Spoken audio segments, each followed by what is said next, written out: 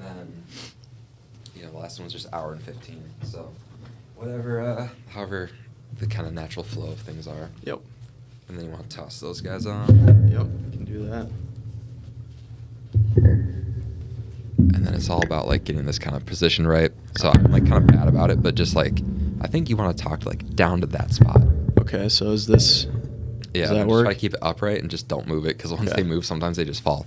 And then okay, so if I'm sitting like this, Yeah. can you hear me fine? Mm-hmm. Okay. Yeah, like what I hear is what you hear. Yep. So it's perfect. Okay. Okay, cool. So we've been rolling. So Oh, really? Yeah. Okay. I always surprise people with it. But welcome back to the Real Talk Podcast, just another podcast where we have a real chat. Today we have Ryan Johnson on. He's a financial advisor. We're going to learn a little bit about himself, the economy, and just kind of his thoughts on money. So thanks for coming on. Thanks for having me. Looking forward to it. Yeah. So I guess kind of we were talking a little bit before this, but the first thing I want to talk about is just kind of like, what do you see in the economy and kind of what do you think, like, what interests you about the economy? Like when I look out, I see there's a lot of debt, a lot of credit card debt, Mm-hmm. a lot of people taking out loans, second loans against their houses. Mm-hmm. How do you think that kind of, like, how does that affect things going forward? Yep. So it's interesting. I mean, if you ask earlier this year, I think everybody that was an economist, everybody that's enticed with the economy, they would tell you we'd be in a recession at this point. So I would say almost everyone was wrong, and you look forward to, and I think about it, almost everyone, no one knows, you know what I mean? So I see, if you would have asked me, I was telling all my clients this past year, we're going to have a slowdown, we're going to have an economy. All indicators are leading towards that. Even with rates rising as much as they have, things still haven't slowed down as much as we thought they would. So as time goes on, we're seeing that people are still spending money. We're seeing that profit margins are still high. But I think just based on how high rates have gone, how quickly they've increased, we're going to start to see that slowdown here, most likely within 6 to 9 months. But I do think there's two scenarios that could happen. We talk about, one, a soft landing scenario, or two, a recession. Now, I think there's probably 60% chance that we see a recession, 40% chance we see a soft landing. Is soft landing the goal? Yes. Yep. Okay. Yep. And it's interesting because if you would have asked me 6 months ago, I would have said, no way there's going to be a soft landing. But the economy keeps moving, and I think there's going to be a few things that'll determine that. I mean, I think it's going to be, what does the Fed do with rates? Now, if they stick where they are, I do think the lag in the economy is going to take place because of how high rates have gone and how quickly they've become, But ultimately, there's a good chance of a soft landing, and it's all noise, though. People, you can say one thing or another, but the economies, there's a business cycle. Things are going to continue to flow up and down. There are going to always be times that are good, times that are bad. No one truly knows, and anyone that acts like they do is lying, Yeah. So how do you kind of deal with that going forward? Because like as realtors, we also have that too. It's like, like we think rates are coming down, so like you should buy a house now because like prices are going to go up when rates come down, and that still holds true. But it's like the timeline of that has been hard. It's like, we thought it was going to be like earlier this year, but then like that according to like Silicon Valley Bank and like different things that kind of put that off. So it's like for us and for you, how do you just kind of go about like, I guess, how do you go about advising people when it's like, I have no idea when this will happen? Yep. I think it's all about being realistic, and I think it's not about making predictions on when things are going to happen. I think it's more so about structuring your finances, structuring your portfolio, making decisions based on what you know, but also understanding that outside forces that you can't control are going to make happenings in the economy. But you got to focus on what you can control.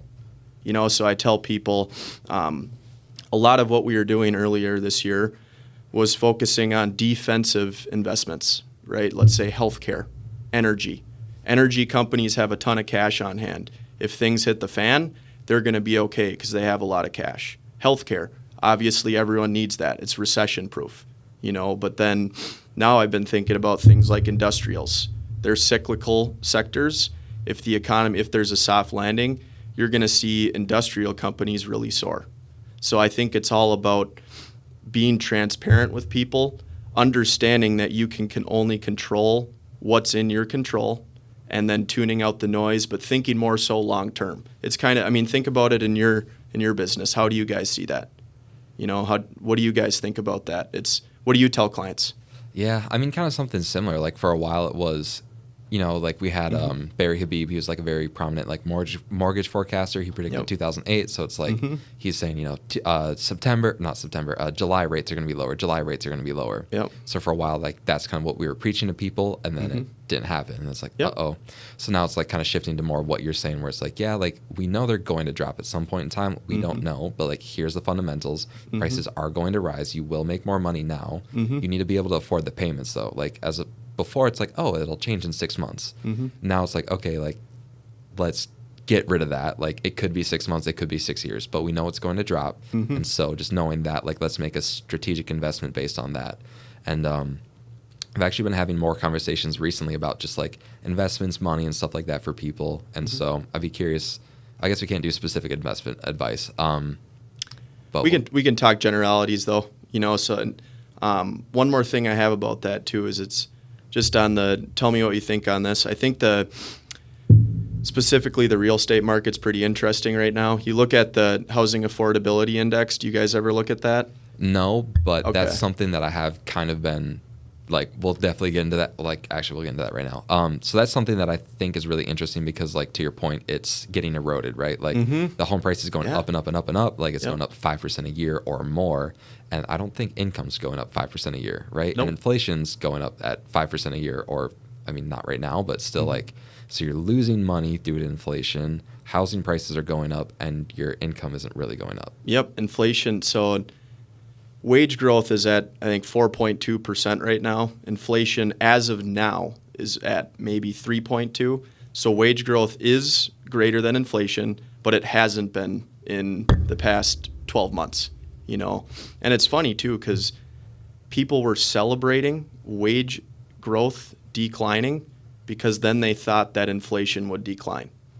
So a lot of these economists were saying, oh, this is great. It's great news. Wage growth is declining. The labor market's softening only because people wanted inflation to go down. Now, in any other time in history, you would think, why would people be cheering for that? Yeah. You know what I mean? But it's crazy, though. I mean, I have people telling me, well, I bought a house back in 1950 at 14% interest. Why are people complaining now? But it's like, well, you bought your house when it was worth $10,000 back then. It's not comparable now. You look at new home buyers, it's never been less affordable to buy a new home. It really hasn't.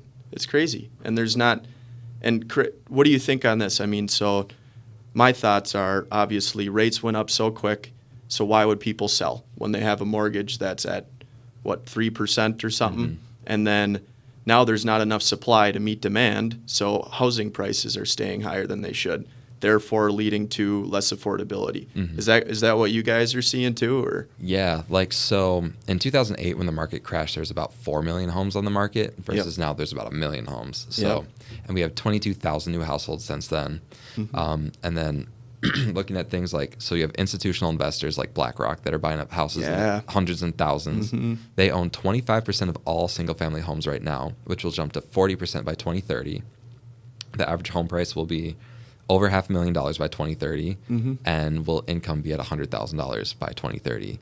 Maybe, right? Yeah. Like if that's the average income. Yep. I guess if you call it 5% a year, what's the average income now? 75? Yeah, somewhere around there. If you go up, say 5% a year, call it $5,000 a year for the next 8 years, you're still, I guess, 115, 120. But like if you're at a $500,000 house and your payment's $4,000 a month every month, like that eats into so much. It does. That's just a starter home. Yeah, that's what I'm looking at. It's like you look at where rates are at, and someone buying a $300,000 home, it's crazy what that mortgage is, principal and interest compared to what it was a year ago. Yeah. It really is. But I mean, and sometimes I think about it as two things too. There's investment real estate, and then there's primary residence real estate. To me, no worries. To me, I think about your primary residence more as like a lifestyle decision, less as an investment, because people try to time the real estate market, and I get questions on that all the time. And you guys probably have a better idea of this, but I say, you're never going to time it perfect. This is more of a lifestyle decision. That differs from investment real estate where you're buying rental properties, where you're in commercial real estate buying buildings or industrial buildings, whatever it may be. Do you guys see it that way, or what are your thoughts on, do you think of primary residence as an investment? I mean, I do for people because it's like that's their piggy bank. Like, yeah. I mean, how many people save money? Yeah. Not many, right? But like if call it 10% of all your monthly payment like is going towards like a piggy bank, it's like that's people's like savings. Like that could be someone's retirement. Like, we've had people that like you sell their house, they take money, they pay off debt, and it's like that changes like their whole life, or it like way lowers like their monthly payments and stuff like that. So I mean, I do see it as an investment, whether like people want to acknowledge it or not. And then I think to your point too, in terms of like timing the market, I think like to an extent you somewhat can. Like when I think about, would you rather be in like an extreme seller's market or buyer's market if you're looking to sell and buy? Ideally, I think you want to be more of like a balanced market, like a slower market where it takes longer to sell a house, because one, on the buy side, it's easier to negotiate than on the listing side. You need to you need to find your you need to find your buyers. And so I think that's where like an agent's value really shines, because you have to work harder to find the buyer, you have to work harder to find the seller, but that doesn't mean that they're not out there. And so because it's harder, like you can shine more and there's more deals. Yeah, and that shows the true value that you as a real estate agent can present, especially in times like that. That makes sense. It's interesting. Yeah, and then I guess like timing other things, like typically like money's made on the buy, so it really depends on like kind of what your long-term goal and future or vision is. Wait, stop there. What do you mean money's made on the buy? So like, you probably see this like with investments, right? Like if it's say you're you think a company's going to be worth $100 million in the future, and you buy it at like when the company's at $20 million, it's like, well, that's like kind of where the money is. If you think it's going to be worth $100 million in the future and it's at like 120, your return isn't as great. It's interesting. I thought that's what you meant. I just didn't know for sure. So it's like kind of that way with real estate and stuff like that. So it's like when you're looking, there's so many different exit strategies to a property. Like if you're going single family, you can do what's called a BRRRR, so buy, renovate, rehab, or buy, rehab, refinance, repeat. And so that's a different exit strategy from a flip versus like just I'm going to buy something and just hold. And so all three of those bring in different exit strategies, and then that kind of really affects like what you're doing on the buy. So it's kind of hard to give a general answer, but I guess like if someone's really trying to time real estate, I'd say just find a really good deal. There's always deals out there. Like no matter when the market is, like there's always money to be made, and like you could wait 9 months waiting for a deal, or you could do another flip in that time and make yourself an extra like $30,000. And I feel like you got to niche out too. I feel like in real estate, if you're getting into real estate investments, if let's say you know a lot about strip malls, right? And that's your jam. If you niche out and that's all you focus on, strip malls, you're going to know what a good deal is compared to somebody who's out there strictly looking for whatever the deal may be. And I feel like that's kind of apparent with other industries too. Same with mine, where you see certain advisors, they niche out and then they're really good at one specific thing, maybe working with doctors because they know a ton about debt, or they know a ton about compensation for doctors. Then you see others that work with strictly business owners that know a ton about taxes and the tax law, etc.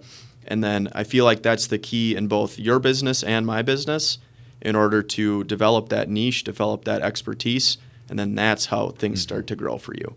That also kind of works for our businesses, like in a personal sense too. For sure. You have to kind of find ways like, what am I good at? What should I do? And then try to delegate those other things. And so that kind of brings me back to like the last time we got together. You were kind of talking about like your vision for the future and stuff, which you want to remind me of that, kind of like do you have like a 10-year vision for yourself? Yeah. So, that's a great question. So right now we're a smaller firm. There's 3 advisors, myself, and then two partners of mine, so to say, Josh and Jeff. They've been in the business for a lot longer than I have. And then we have 2 support staff, Jen and Janelle. They kind of make everything work. They're fantastic. Wait, we're now adding Jack, on Jeff, Janelle, and all J's. Okay. All J's except me. Yep. And then we're adding on one more paraplanner. What that person will be doing is just the behind the scenes financial planning, such as estate planning, retirement planning, taxes, insurance, whatever that may be, investments. So we're adding 1 or 2 people on in the near future just to try to continue expanding. My hope is just within 10 years we continue to grow, continue to expand.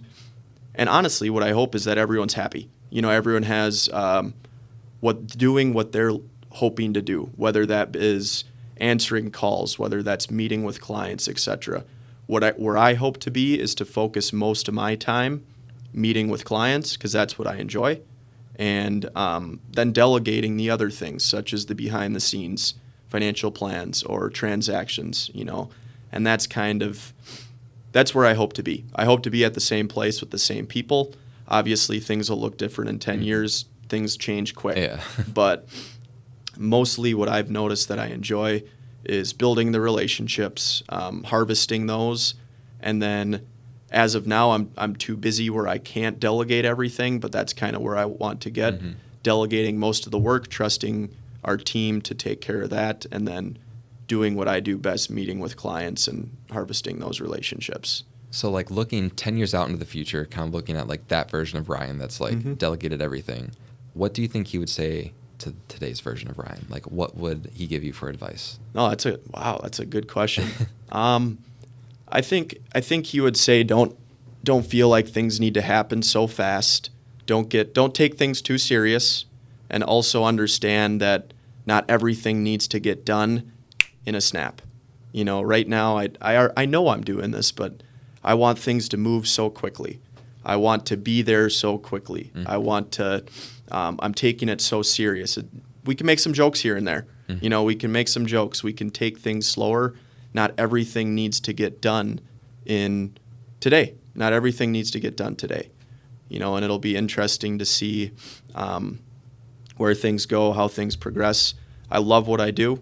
I plan to be here for hopefully my whole career, but there's obviously pros and cons like you have in your business. Things are good, things are bad. We are in a business where it's about relationships, where it's about building a pipeline. It's, building new business, and that is a part of it too.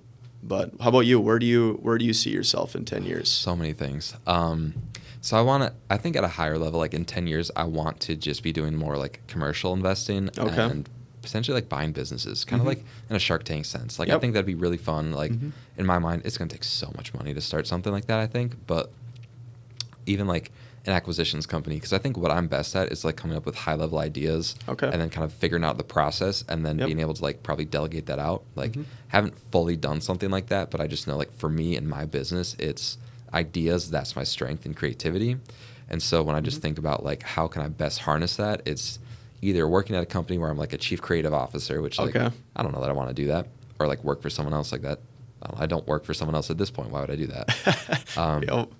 I'm just, I'd be going backwards. And then, so I just think it'd be fun, like if I'm able to kind of start something like that and it's like, okay, cool, I have this vision. Like here's this company, they're doing $100K a year in revenue. What if we bring in like these people, do this, do that, and get it to $250K in revenue after 2 years? And then we can either sell it or, do whatever. Like I would imagine there's so many different things you could do with like business and the equity and the cash flow that I think like something like that would be fun, and just kind of get multiple businesses under a portfolio. For sure.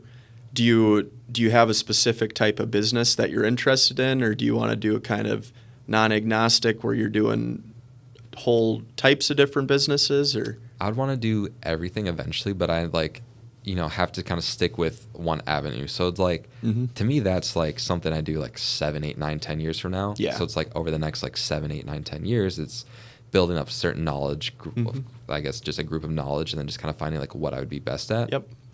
Ideally, probably just like dive into one thing, maybe something real estate related, and just kind of do that till I get good at it. And then once you get money, hire someone who knows something about like restaurants or hospitality and have them kind of run that, and then just kind of like let it just, like the goal, I guess, is like start this business and every dollar it makes, use it to hire someone else to keep it growing, and then just watch it go. That's I mean, what inspired you to get into that, or what's driven your interest to get into that?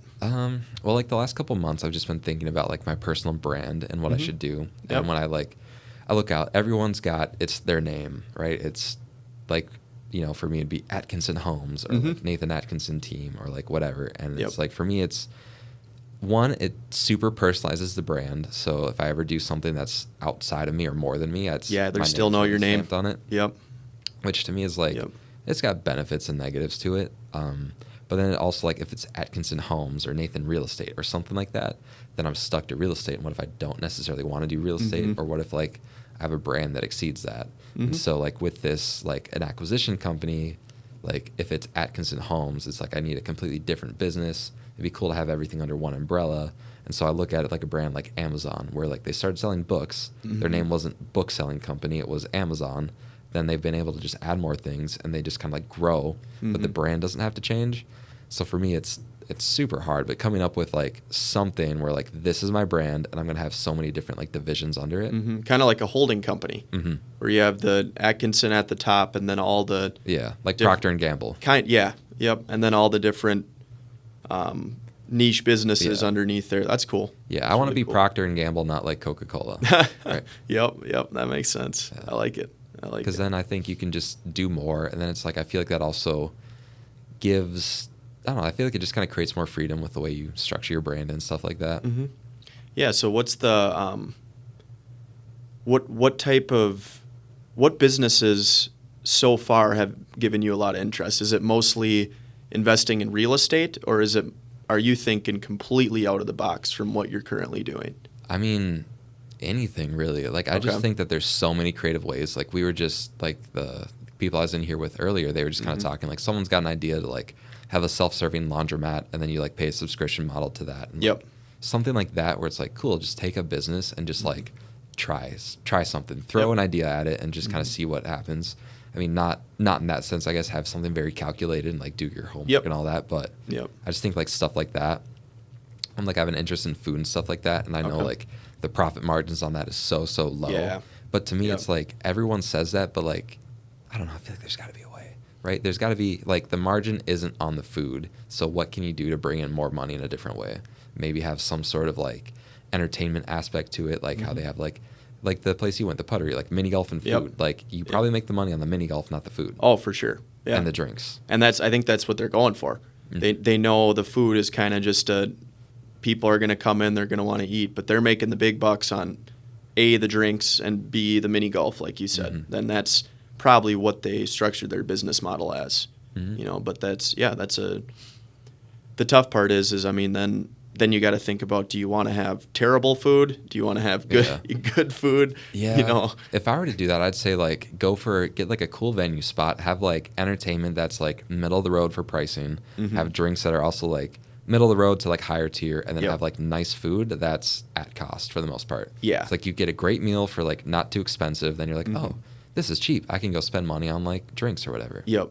And that's I'm sure, I mean, I don't know a whole lot about the food industry. I'm sure seafood, for example, if you're going to do seafood, you know you're going to be spending a lot of money on that because you're going to have to ship it from Boston or Florida or whatever. And then there's variable costs on food, which is what kills people, I think. Yep. But that's, you see a lot of businesses run it well, though. I mean, obviously the margins are not good, but a lot of them, they'll, like you said, bring something in for the entertainment that's really where they're making most of their margins, or even businesses that just do food. Obviously, a lot of them fail, but the ones that do good, word gets around. It's like anything. I mean, think about it with any businesses that you can think of.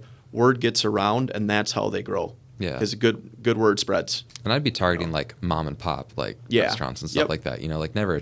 Maybe a Chick-fil-A, but like, you know, something where you can even find like something that's distressed, right? Like they're losing money. They're like, oh, we could sell. It's like, cool. Maybe I like buy out 50% of the company, and we like you know, go in together, invest something, restructure it somehow. Yep. Because I think once you have that team down, like the guy I had on before, he invests in like hotels, and so for him, it's like he got the first one down. Now he's kind of building out that team. And now it's like, cool, let's go buy 10 more in the next 5 years. Because we have like the structure and stuff put down. It's like, for me, it's like if I have the structure, like, all right, I have this guy who like ran restaurants for years. And like this dude, he's going to be heading up the department. And it's like, cool.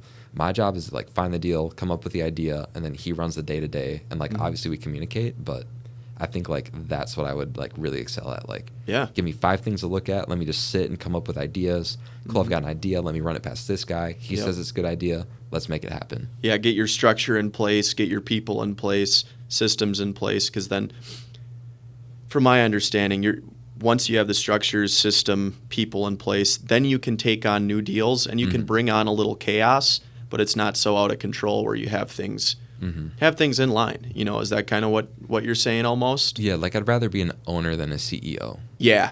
Yep. Completely delegate things is kind of what you're saying.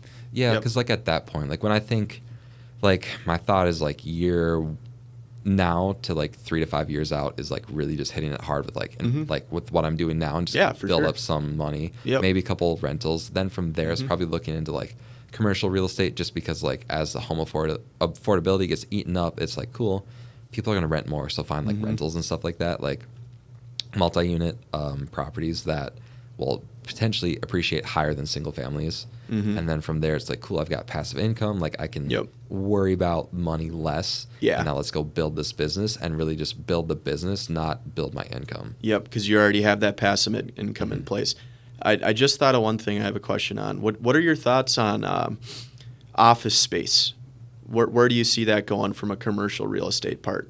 Because I hear, I mean, obviously you hear and see all the bad things about commercial office space where people think it's going. I'd be curious to hear your thoughts on that from a real estate standpoint. Well, I guess like, so I don't really deal too much with commercial. Like I'm starting to get more into it, and like, I guess that's kind of more industrial. I'd say it's industrial. Yeah. So I guess I don't know a whole lot about industrial, but when I think about office space, my guess would be more and more people are going online. I feel like that's probably stabilized, right? Where it's not like a bunch of people are all transitioning to being remote.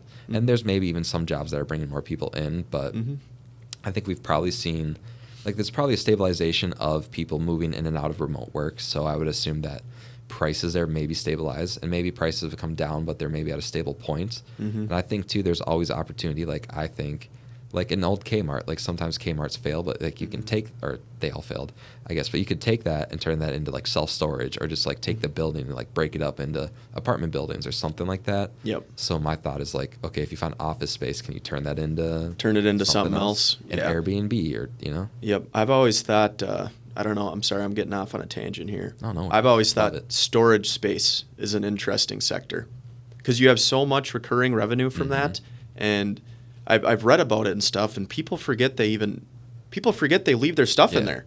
You know what I mean? And then 7 months down, they're still paying the monthly storage fee or whatever, subscription fee, whatever it is. And I've used storage a few times when I've moved places pretty frequently, and my goodness, the place is packed. Yeah. You know what I mean? It seems to me like it's a pretty good business model. I don't know a whole lot about it, so I'm not going to act like I know more than just the basics, but I've always thought that's interesting. Yeah, for me too, outsider looking in, it looks like a great business because like it's like a rental portfolio, right? Like you can buy it, put like 10% down probably, and like be making money on the land and the appreciation, and then you have tenants that you don't really have to do anything for. Yeah, I got a couple clients that they own storage facilities in different spots in Minnesota, and they swear by it. They're like, the income's great. Everyone wants to buy. I can sell at any point that I want to sell this. I get offers weekly, and all 3 of them say that. They're like, I get offers weekly to sell this. And what kind of profit do they get from that? Decent profit. I mean, it's I would say, from my understanding, now I'm just going off what I know from my clients, they all have different sizes, right? So the bigger ones, they get more profit, but they also have more cash that they put down on the place, less expenses. They're deeper into it. From like a percentage standpoint. Like good question. I'm not even sure. Yeah, that's a great question. I'm actually going to check on that, though. Yeah. I'll get back to you on that. Because, like, in the market, you're getting like 8%. And I feel like on average, like a business is going to yield you like 10 to 15%. Yep. Real estate, like if you get over 15%, it's like, wow. That's great. Yep. So, I mean, it'd be curious just to see, like, are they at 20% and it's like low maintenance? Or write that down. I want to check on that. I'll make a little note for you. Yeah. I'm going to write that down, too. I want to check on that.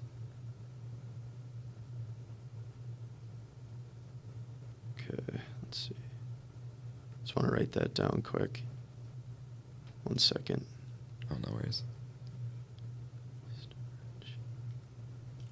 Getting the gears going on this podcast. What? Getting the gears going on this podcast. This has been fun. I've enjoyed this. No, talking about this, though, it makes me think, like, gyms. That could be a fun one, too. Because, like, in fitness and all that. And just, like, coming up with a fun gym, like a one-off. Because, like, that's also another one where, like, you get a gym membership and you forget about it. Yep. You get charged for, like, 2 years. You're like, oh. It's ironic that you just said that. So I was actually just texting. I signed up for a different gym than I currently use. And I forgot that I had a membership, and then I got a text from them saying, hey, are you coming in or whatever? And I'm like, oh, man, forgot I need to cancel that. But you don't know, you know? And what I think, it seems like there's a surge in new gyms that are going for classes. Yeah. So my girlfriend, for example, she worked at a place called Cycle Bar that was mostly focused on cycle classes, right? Now she joined a new up-and-coming gym where it's strictly workout classes, and they are booming. I mean, people are coming like crazy, and they're growing like crazy. And I've gone to a couple, and it's fun. I mean, it's like everyone's high-fiving, and you got class at 5 a.m., everyone's got energy, and it's cool. It really is. Yeah, I guess that makes a lot of sense because I guess less people probably – like I think a very intimidating thing for people is like, what do I do in the gym? Yeah, exactly. Yep, especially if you're someone who's just starting out.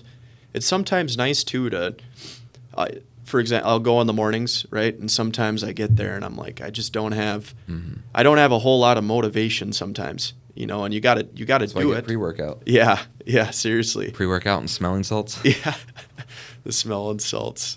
I got some for my little brother for Christmas. Really? Yeah, he's going to burn his nose hairs off. Yeah, I play men's league on Tuesdays, and some of the guys use the smelling salts.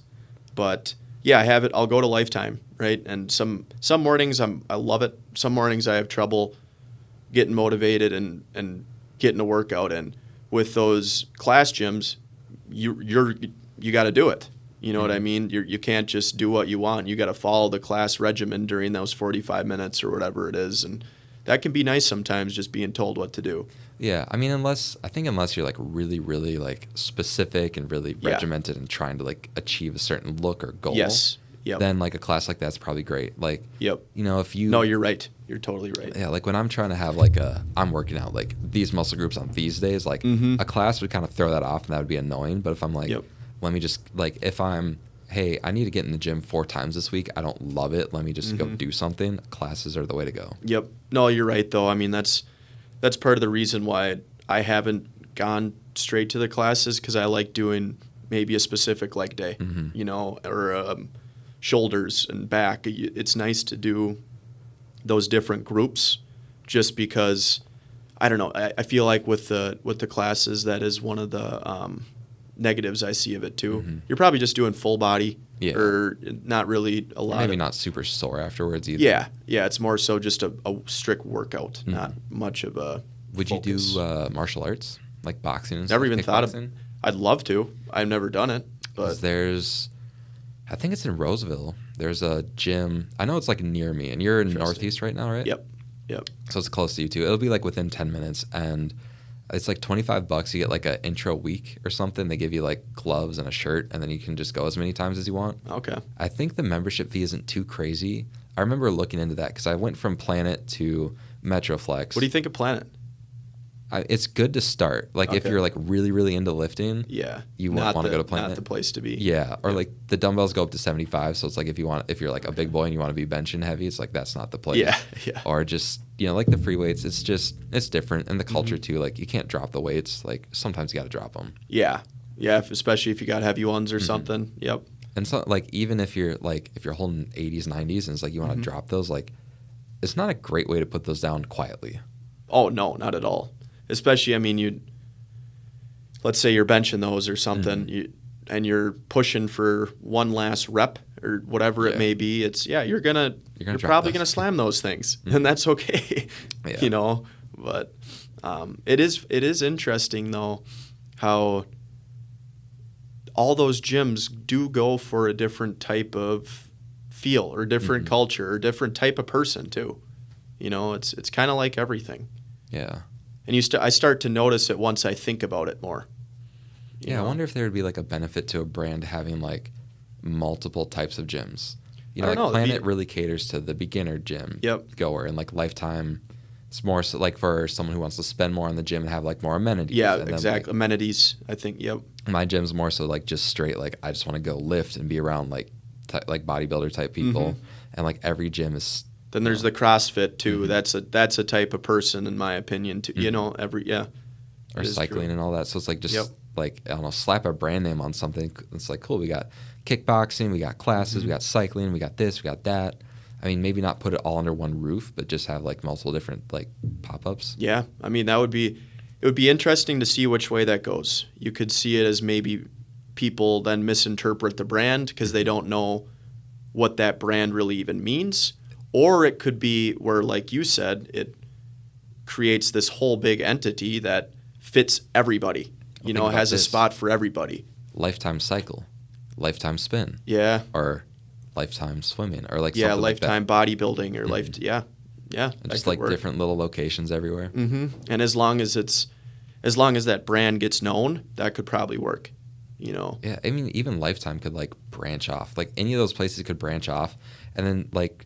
I think about like Anytime Fitness is how they just buy out like a small little commercial space, just put a gym in there. Like any other brand can do that. Like Anytime would probably be a good brand to like diversify out and do something like that. Or even like there's so many of them that it could be like I guess it's all independently owned, but I would do like something unique at like each one. Yeah, so it's like not just I can go here or there or there or there. It's like this one has a hot tub, this one has cold exposure, this one has that. Yeah. How much do you think that convenience matters in gyms? Because I make my decisions strictly on convenience. Yeah, I was going to say that's probably the biggest thing for most people in the gym. Yeah, because I don't know about you, but I like to get in and get out. I like to have a physical lifestyle that matters to me. It makes me feel better. But I do make my decision on Lifetime just because it's close to my office. If it wasn't, I probably wouldn't be there anymore. You know what I mean? And I think about, I don't know how many other people make that decision too, but when you get busier and busier and life's busy, you'll do what you can to find time for things, Yeah. My gym now is 5 minutes farther away than Planet was, and like making the decision to switch was like, 5 minutes. Yeah. Like it's crazy. Yeah. It's not much. I actually come to like it because it's like, I can listen to music like a little bit longer, kind of get like my mind ready. Yep. Get in the zone on the way there and calm down on the way home type of thing. Yeah, but I've also found ways to be like much quicker in the gym too, so that just like cuts down on it. Like I've just kind of like for a while it's like, you have to do these set reps and sets, and then I've just kind of been like playing around with it a lot and just doing different things. Like I've kind of dropped down to like 2 sets now, and like that I'm so quick in the gym. Okay. And I do like supersets of everything. Yeah, that's like nice. That's nice. Do you kind of follow the same workouts each week, or do you switch it up all the time? That's something where I don't even know. I just keep doing. I have variations of the same workouts that I seem to do every week. And I'm wondering, you read different things about. You can find whatever you want online, but I read a lot of contradicting things about that. Whether you should do one or the other. I think it's really like you need a track. Like if you want really good results, you have to track it and be like really annoying with it, which kind of sucks. Yep. So like you need to track your weights, the reps you're doing, and then make sure that goes up over time. Yeah. Like I don't think it matters like if you're doing 3x12 or 3x6 or 5x2 or whatever. Like it's really just tracking that and just getting stronger or like whatever your goal is over time. Yeah. Yeah, it makes sense. Yep. And do you track pretty religiously or? I mean, on and off. Like for a while, I'm like, all right, I want to like lose more weight. So it's just like every day I'm like on the scale, just kind of like watching that. Maybe not the best, but just like every day it's like, okay, cool. Like I'm moving in this direction. And like for me too, it's like I kind of keep in mind like water amount and stuff like that too. So it's like if I jump up 3 pounds in a day, I know it's just water weight. Yeah. Yep. And then I kind of like also keep in track like, if I've had something super salty the next day, I'm expecting to be heavier this day. So then just kind of like I would track weight and stuff like that. And then like other times like with strength and stuff, I'd track that. But then I kind of got to a point where I was like losing weight. So then it's like my strength was like kind of plateauing at the same time. Yep. And that's That's the thing too. I mean, if you're looking to lose weight, it's hard to keep muscle or keep not really even that, but just keep strength if you're looking to cut weight or whatever it may be. But yeah, I'll weigh myself sometimes after I'm done working out, and I'll have a ton of water, and I'm like, well, I'm gonna weigh more than what I normally would because I'm flushed with water here. Yeah. You know, I think your weight can fluctuate like 10 pounds in a day or something like that. Really? Wow, I didn't know that. At least 5. Yeah. Okay. Like, I mean, interesting. Like, if I really wanted to, I could probably be 8 pounds heavier tomorrow. You know? Yeah. Like, just load up with food. Because, I mean, if you think about it, like, a pound of ground beef, like, you could eat that over a day. You could eat, 2 of those in a day. Yep. And, like, 2 pounds of spaghetti with that. Yeah. And then think of all the water you can drink. Like, yeah, if you load up on, I guess if you load up on food and water, I'm sure you can gain it. Yeah, people who do, like, the 10,000 calorie challenge, like, they put on, like, 10 pounds in that day. Yeah. Wow. That's funny. Yeah, it's a lot of calories. Have you ever tried to do something like that? No. I used to have like cheat days where, like in high school, because I would do. You wrestled, right? No, soccer and track. No, okay. But for like track, so my third trimester of high school, I took like 2 online classes, had an open period, had a gym class, and then like calculus. But like the first 4 hours were super easy, so I just had like all the time in the world. And then like school got done at like 2:30, then track started at like 4:30 or 5. And so for like a couple of weeks, and then so my friend and I would just go to the gym. We'd lift for like 2 hours, and then like do a cool down, and then go to track for like 2 hours, and then go home. So I'm just working out like 4 hours a day, like intensely every day for weeks. And I was eating like 3,000 calories a day and still like dropping weight. Yeah, you probably needed 5,000 or something. Yeah, I needed so much. Yeah, to keep going. That's crazy. But then every other Saturday when I was at my mom's, I would just eat as many calories as humanly possible. Like I'd eat like 8,000 in a day. That's good. Yeah, honestly, you probably needed that though. I don't. Did you ever feel tired when you were running that schedule? Yeah, I mean that's a pretty intense schedule. I broke my body down like my junior and senior year of high school. Okay. Like for sure. Like I still hurt and just have issues and stuff when I move around. So my junior year I was playing soccer. So I lived in Oak Grove, if you know where that is. Yep, up by St. Francis, right? Yep. Yeah. So I went to St. Francis High School, and then I was playing soccer at the Eden Prairie High School. So that was like 8:30 to 10 p.m. every night. So like, and that's, how far is that? 45 an hour. Minutes? Okay. Yeah. So making that drive every night. So like that was really tough. That was like throughout winter. So I was going to Eden Prairie 5 days a week, then Chaska another day a week. So that was another 10 minutes away from home. So that was a lot. That was a lot of stress on my body. Then we get to summer or spring, and then I'm going to Eden Prairie only 4 times a week now, but I also have track like 5 to 6 times a week. So it ended up being like I have 10 athletic events every single week. Oh my goodness. And it just got to be a lot. Yeah, that's a ton.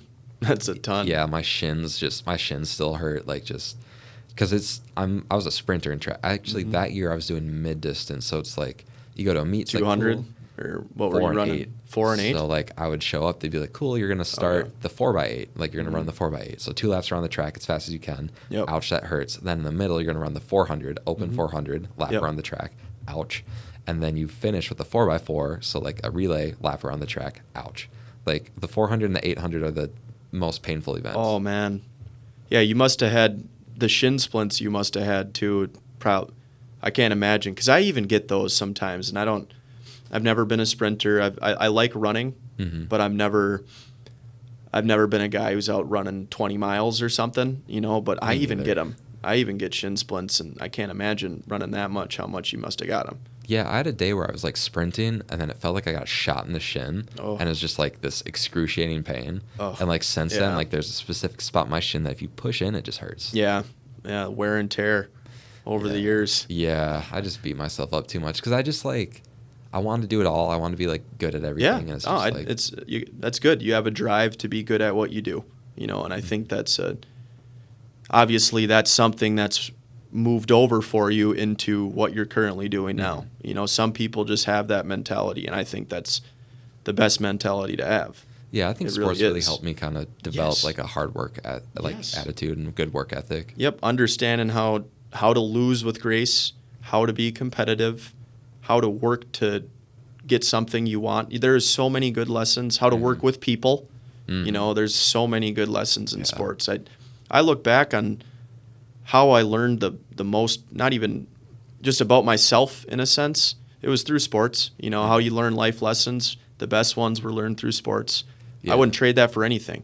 Seriously. Yeah, you learn how to just deal with so many different scenarios and stuff like that. Like I think too, like growing up, like I was on some like shit teams. Like we did not have like great teams, like terrible soccer teams. I think like there was one time in sections, our first game, we lost 14-0. Like it's soccer. Oh, and that's what I'm saying. 14 in soccer, that's bad. That's so many goals. That's bad. Yeah, but just like stuff like that kind of teaches you like you said, you learn how to humbling. lose. Like it's humbling. Whatever. Like when you lose like that, like it's okay. Like it's losing in the future. Like it's never fun, but it's like, okay, I've been here. Like I know I can rebound and like I can figure things out. Or like when I think about soccer, like there's 4 levels, or at least at the time, there's 4 levels of soccer: C3, C2, C1, and Premier. And for like the longest time, I was at the C3 level, like with this one team. And I was like trying out for the C1 team and just like would never make it. I'm like, oh man, I suck. And then I just like spent all this time like working. And like my sophomore year, I just like 3 hours a day, constantly soccer. Yep. Thanks. And then the following year, I tried out at a different club to try to make the C1 team. Made the C3 team again. I'm like, wow, this isn't great. And I really like stuck up with it. And then the next year when I went to Eden Prairie, then I didn't get on the team because they were full, but I was practicing and played winter games with the Premier team that won state the year prior. And I was like, what? And see, that's what I mean. And then think about it too. You played in college. You started, and I feel like that progression right there just shows hard work. You know what I mean? The hard work you did pay off. It didn't when you expected it to, or it didn't on the timeline that you wanted it to, but it did. Yeah. Over the long term. And that's kind of to your point earlier with like the advice giving to yourself is like, you want it to happen so soon because you put in the work, you put in the effort, you have the drive, you see it, but it's like, it's really just, you have to wait. Exactly. You gotta trust the process. But it's I feel like that's one of the hardest things about life, business, sports, whatever it is. You want to know if what you're doing is going to pay off, right? But no one knows. You don't know. You can't see the future. No one can see that ahead. But that's why it's part of just taking chances, trusting yourself, putting in the work, and doing what you can control. Yeah, I saw this like Seth Rogen quote that's like, the only way to succeed is if you don't quit. Yeah. And you might fail, but you might make it if you don't quit. Yep. But if you quit, you're definitely not going to make it. And anybody can quit too. I mean, and I get it, you might fail, but there's not a single person out there that's not going to fail at something. And some of the most successful people and success, you can say, maybe success to somebody is money. Maybe to someone else it's a great family, whatever it is. Some of the most successful people failed 3 million times before they finally hit that pot of gold. But the key was they didn't stop giving up. They didn't give up. Yeah, I mean, some of the biggest brands in the world are built on like failed businessmen. Yes. Like think of like KFC or like cereal. Think of like Post. Like I was watching this documentary. It's called "The Foods That Built America." It's on Hulu. I think it's really interesting. I'm gonna. Yeah. Oh, it's great. It's so they were talking about Would like you Kellogg, say foods? The foods that built America. Foods that built America. So it's so the one for like Kellogg, right? Like there's Dr. John Kellogg, and he has this like facility and stuff where he's like treating people who are like ill, does all these like weird procedures and stuff on them. Yep. And then eventually he like takes oats and stuff and bakes them and then makes granola out of it. Okay. It's supposed to be super bland that he gives these people to like help them with their digestion and stuff like that. Well, this one guy, failed businessman, comes and he's super sick, so he gets treated there. Yep. But he's a failed businessman, so he has no money. And so like he can't afford to stay there because it's super expensive. And then eventually he's like, well, I'll just work to like stay here. And so they're like, cool, you can like help us make the granola or whatever. Yep. And so he helps them make the granola. Then after a while, he kind of like learns how to do it perfectly, potentially takes company secrets, and then he goes off and starts Post. And so Kellogg and Post, the two biggest breakfast like companies, all started like at the same time. That's crazy. And it's wild because there's multiple companies like that, like Hershey and Reese's. Like the guy that started Reese's used to work for Hershey, and then he got fired and then just made Reese's and sold it to the Hershey employees, and now there's more Reese's sold than Hershey bars. Interesting. Yeah, and that's I mean that actually kind of reminds me of the McDonald's. Ray Kroc, yeah. They talk about that on there too. Two guys start it, and then this one guy takes it over. Yeah, exactly. The two guys that were, and correct me if I'm wrong here, I don't remember the story completely, but wasn't it the two guys that that were actually working there, started the burger place or whatever, or started a completely different burger place. Then he stole the idea, made McDonald's, took the trademark or whatever it is, however that works, and then ran with it. So is that kind of how it happened? Kind of. So they had a burger joint, and then they're like, it was failing. Then they're like, what can we do to make this more profitable? Then they figured out, drive-through. So then they have the first drive-through, and then they're trying to I think they maybe open a second location, and then Ray Kroc comes by. He's like, this is awesome. We need a franchise. And so the two brothers are not really interested in it. I think Ray maybe buys a 50% stake or whatever. Then he goes off and he starts franchising, and he starts doing all these franchises. Then he eventually is like, I want all of it. And the brothers are like, okay. He goes to the brothers. He's like, what's it going to take? They're like, $1 million. And at the time, it's the equivalent of $23 million. Yep. And Ray's like, oh, how do I come up with that? And then, I don't know. He eventually comes up with it and buys out all the rights to McDonald's, and now it's a multi-billion-dollar brand. Yeah, and it's never going anywhere. The guy that bought Coca-Cola bought it for the equivalent of $250,000. Really? That's also never going anywhere either.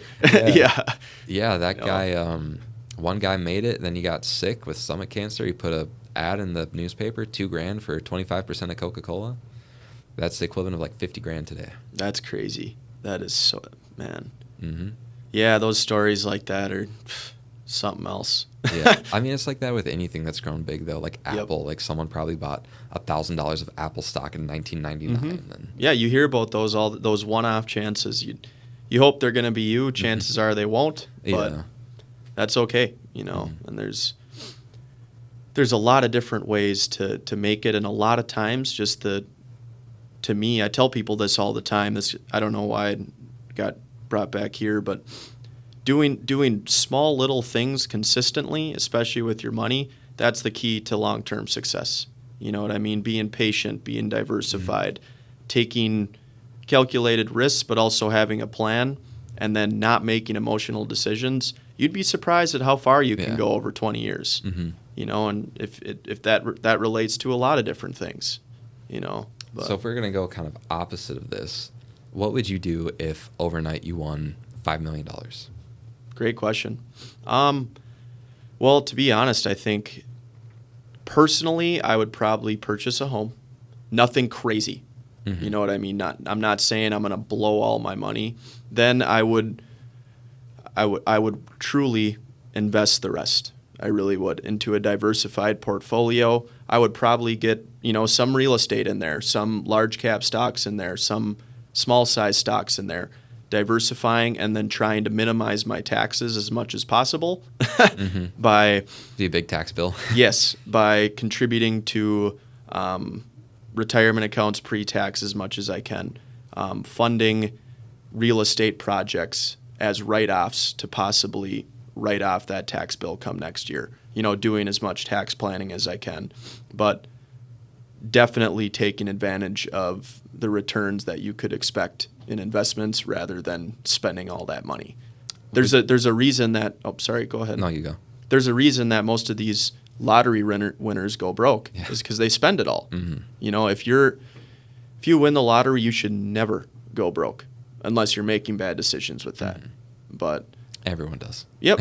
And that's the thing. I mean, if you can't budget, if you can't manage money, you're never going to be successful no matter what, no matter how much you make, because you're just going to continue to spend more. You're just going to get the lifestyle creep that keeps happening. You got to get your budgeting down before anything else, or truthfully, you won't be successful. And you see it where, I'm making $40,000 now, but when I make $120,000, then I'll be fine.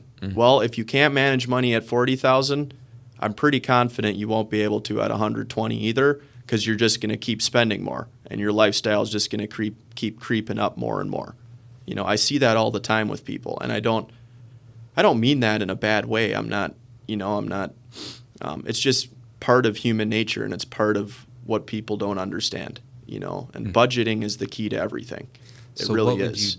What would be your advice to someone who's say under 30, or actually just say someone, they just graduated college. Yep. They're going to be making, call it $60K a year at their job. Yep. And their expenses are maybe $2,000 a month. So that's $24K a month, and then taxes and all that on top of there. Yep. What would you recommend for someone like that? Great question. I think like I said, the first thing I would recommend is getting your budget down.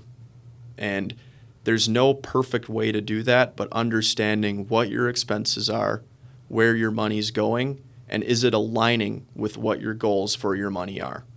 Then from there, starting with small decisions on saving money. I'm not saying starting with $1,000 a month or something insane. Just starting with small amounts of money, into low-cost investments that are well diversified, such as exchange-traded funds or mutual funds, whatever it may be. First, building an emergency fund if you don't have one there. That's always needed before you do any sort of investing other than the match in a 401k.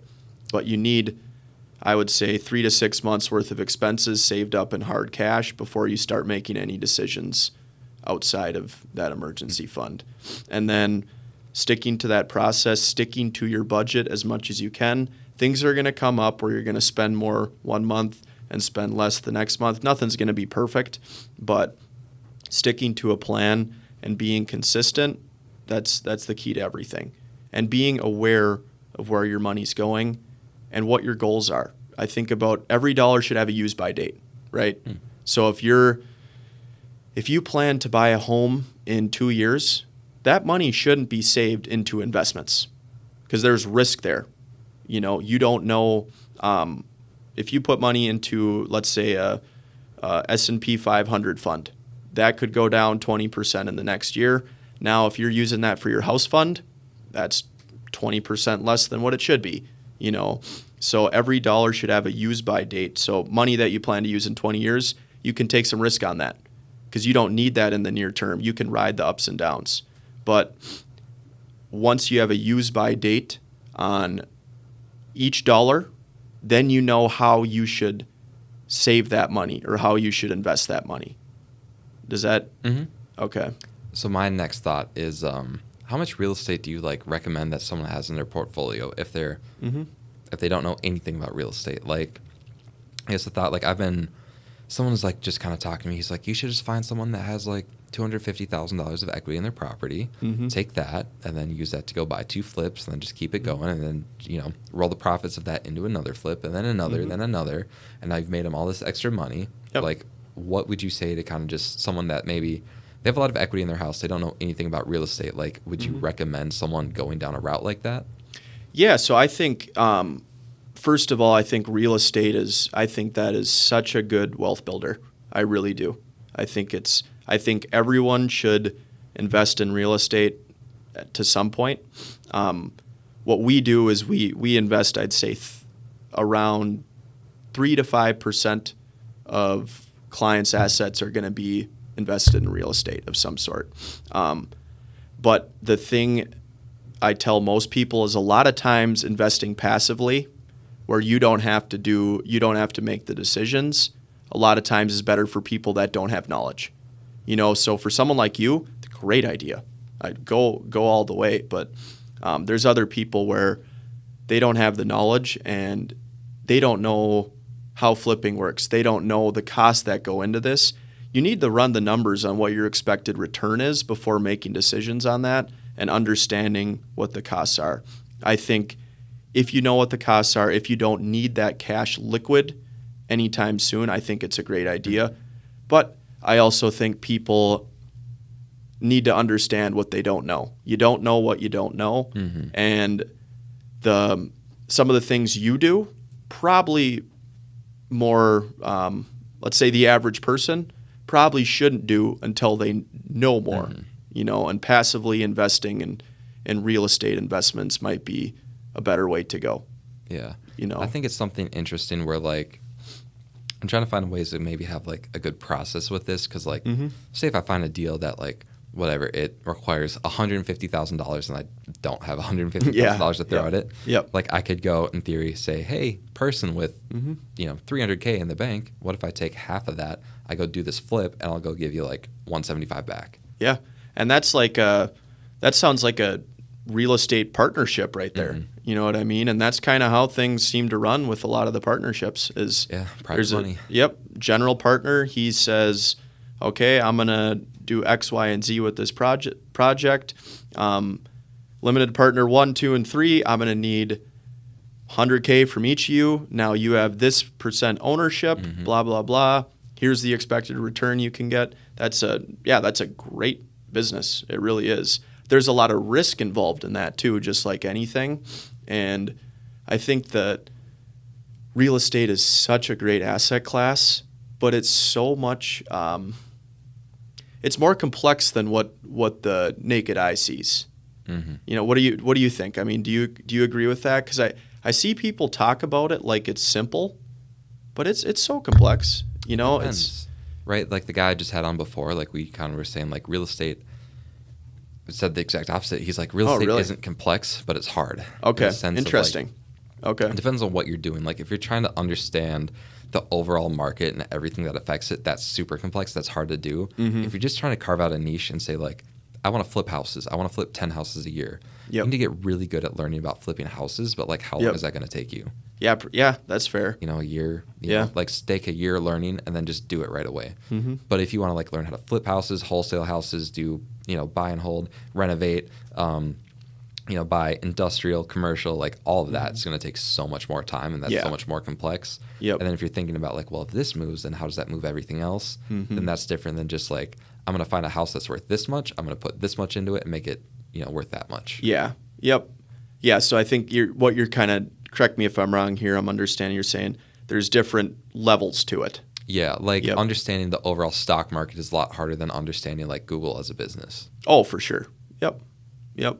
That, 100%.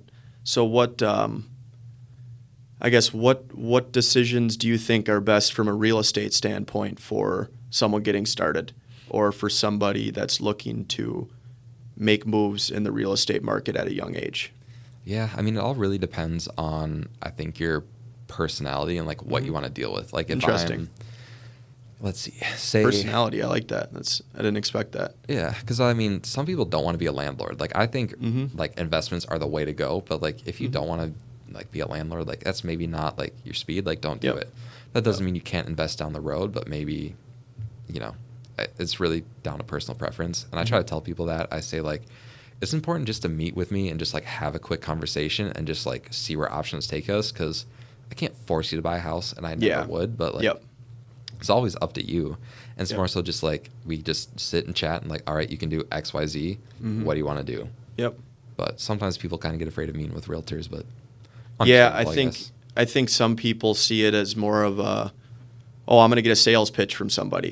You know what I mean? It's the same fear that people have with our business too. Everyone thinks our industries are glorified salesmen. You know, that's not I mean, sure, there's people here and there that aren't out doing the right things, but I'd say for the most part, almost everyone in both of our industries is they're trying to help people and they're doing good for people, and the service they provide is good service. You know, someone who's buying a home, they're not going to have as much success doing that on their own as they are with you. You know what I mean? Or trying to sell it. But people fail to realize the value you guys provide just because they don't understand that not everybody's trying to sell them something. Yeah. I try to equate it like a doctor sometimes. It's like you could give yourself surgery, but like you probably want a professional to do it. Yep. And that's the same thing with I always read about it in I read online about commercial real estate just a little bit, nothing crazy, but I know some business owners or property owners, they don't want to use a broker, right, to sell their property because they don't want them to have that commission or whatever it is. And then, land behold, after the sale goes through, if they would have used a broker, then it's predicted that they would have made $2 million more on the property. Or, you know what I mean? It's just things like that where it goes back to you don't know what you don't know. And there's a reason that people have these different jobs because they're professionals in that area. They're experts in that area. I'm not an expert in buying homes. I'm going to go to you to buy a home. I'm not going to do it by myself. You know what I mean? Yeah. Like, no, I mean, our stat is that we sell homes for 5% more than like the average agent, and like our commission isn't 5%. Yeah. You know, at least like on our side, like the overall commission. That's cool. Yeah. So you guys like as a team, you guys typically sell for 5% more than other agents? Yeah, like if we list it at 300K, we'll sell it at 315. If someone else is selling it at 305, like when the market's hot, we'll sell it at 320. Wow, Like that's amazing. Yeah, that's something you should tell clients too, or prospects, or that's really we let them know. I mean, we track that stat and we try to like have that conversation with sellers and stuff. Like last one I sold it was this summer in Isanti. Like we listed at 265 and sold at 283. Wow, that's nice. Yeah, I'll be coming to you when I sell my first home. Well, I'll be coming to you when I buy my first home. Yep. And then sell it too. Then when I sell it too. And then when you buy all sorts of investments and then that's when I'm buying 5 homes at a time. No, I'm kidding. Yeah, you could be a little institutional investor. I mean, that's kind of buying multiple properties. So that's kind of, I would maybe change my approach now that I'm like kind of thinking about the future and like just the future of single families. But if I were, say I have $1,000 a month that I can save up, I would take that, like save it for a year.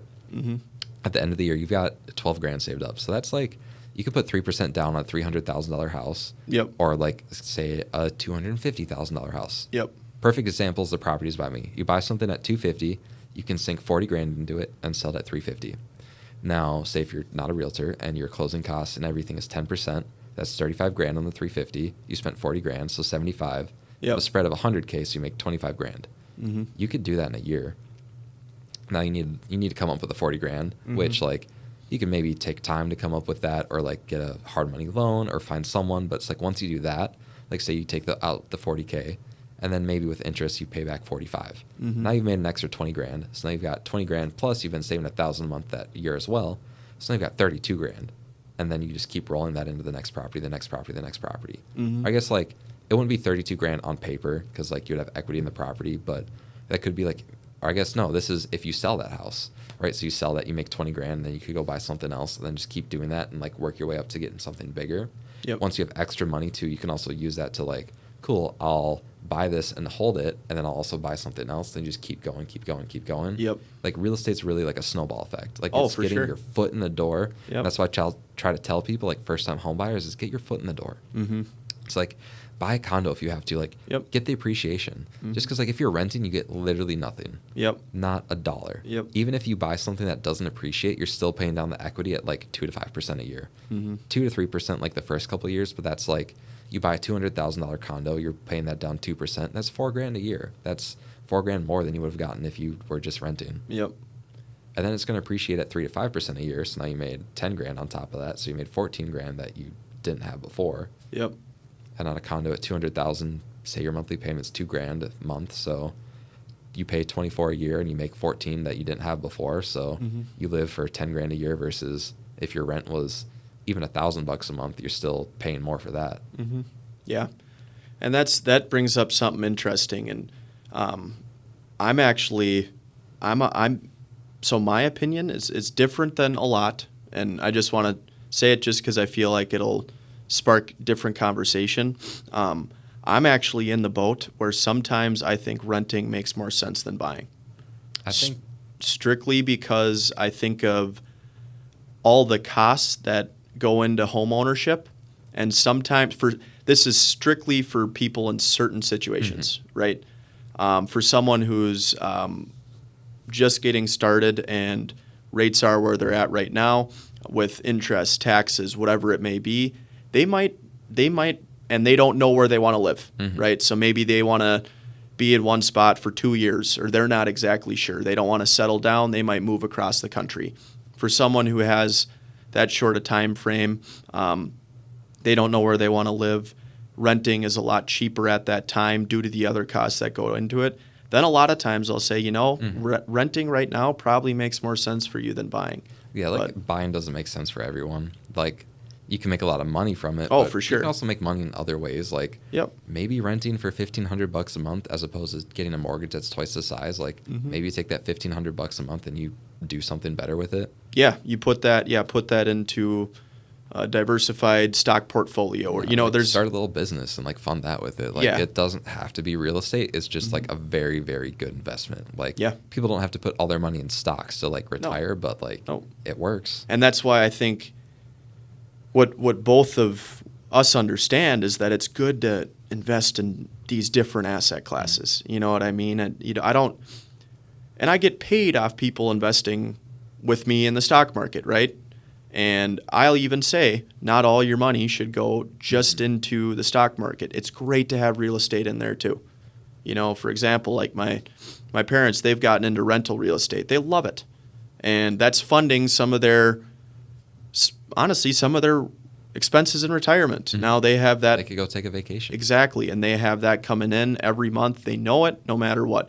Granted, maybe there's going to be a couple months where it's vacant, but then they'll find new renters, and that's income that they can rely on. And if they want to sell it like 15 years down the road and then just have a good chunk of cash, that works too. Yes, and that works too. And then you just got that cash there. And then they're just making money on the appreciation and people paying down the equity. I mean, it's crazy. Yep. So like 60 to 90% of millionaires made their money through real estate? Really? That's kind of the stat I see. Okay, interesting. I didn't know that. Yeah, I mean, I'd be curious, I guess, how many millionaires do you work with? Can you say that? Won't be able to say that. Okay. Yep. I'm just curious as to, like, you probably work with a handful, like, of them. Like, have you seen people that, like, I mean, because $1 million in real estate is like 3 houses, right? So, like, do you see people that, like, oh, they have, like, 5 rental properties and they, like, make good money? Or, I guess, what do you see in terms of, like, real estate portfolios for people with high net worth? Yeah, so, I mean, I would say from my experience, most of the high net worth community has most of their money in stocks, bonds, structured products, the asset classes that are 100% liquid. Okay, so that's where I see most of high net worth individuals have their money, but then they have another bucket, so to say, where they have that in other sorts of asset classes, whether that's real estate, for example, or opportunity zones or things like that. But a lot of times what real estate does is it provides an asset. There's no better tax advantages than real estate, right? The only problem there is that it lacks liquidity. You know what I mean? So a lot of people that I see that are quote unquote wealthy, I mean, that you can ask different people, they're going to say different things on what wealthy means, and that's fine. But I think most people have diversified investments in the stock and bond market and structured products, those different asset classes like that. And then, one of their biggest assets almost always is going to be real estate, whether that's primary residence or whether that's some other real estate investments. So how do you get to $1 million? Right? Like, a lot of people have, not a lot, but people have $1 million. Like, how do they get there? Is it, oh, they're a doctor, they do really well in sales, they have really good investments? Like, kind of what do you see that gets people to that level typically? Great question. And truthfully, you don't need to, people fail to realize this sometimes. You don't need to be a high income earner in order to build great wealth. You don't. All you need to do is be disciplined and have a long-term strategy, take a long-term approach to things. So, I mean, I have people that have made maybe $60,000 as their income maybe over the course of 20, 30 years, right? But they were saving $1,000 a month just consistently, never stopped, never spent more than what they earned. They always paid themselves first. And then they had a very passive investment strategy where we are putting them into a diversified bucket of investments, consistently rebalancing to new asset classes based on where the economy is, taking a long-term approach, not getting focused on short-term things and the noise that takes place, and letting compounding do its work. Yeah. That's the key. It really is. And you'd be surprised at how many people then can build significant wealth just by doing that, being consistent, being diversified, and not being emotional. It really is crazy. So what do you think is like kind of the biggest reason for people not getting to that level? Is it like that emotional spending? There's a lot. I mean, emotional decisions you see. So the biggest thing you see real estate crashes too, right? The difference there is that people can't just sell in a snap. It's not quite as liquid. So people can't make emotional decisions at the snap of their fingers like they can with my business or the stock market, right? People can sell at any time. Mm-hmm. Now, a lot of people, when things get rough, they're going to sell. Okay? Now, when they sell, then you need to get back in when the market's lower for it to make sense, not when it's higher. And timing the market is impossible. Mm-hmm. No one can do it no matter what they say. And I always show this to clients too.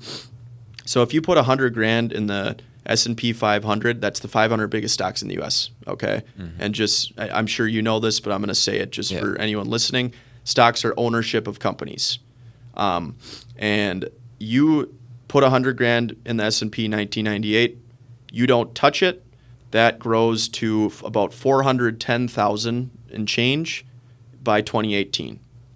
Now, if you missed the 10 best price return days in that entire 20 years, the 10 best days in that entire 20 years, your return's cut in half, okay, to like 200,000.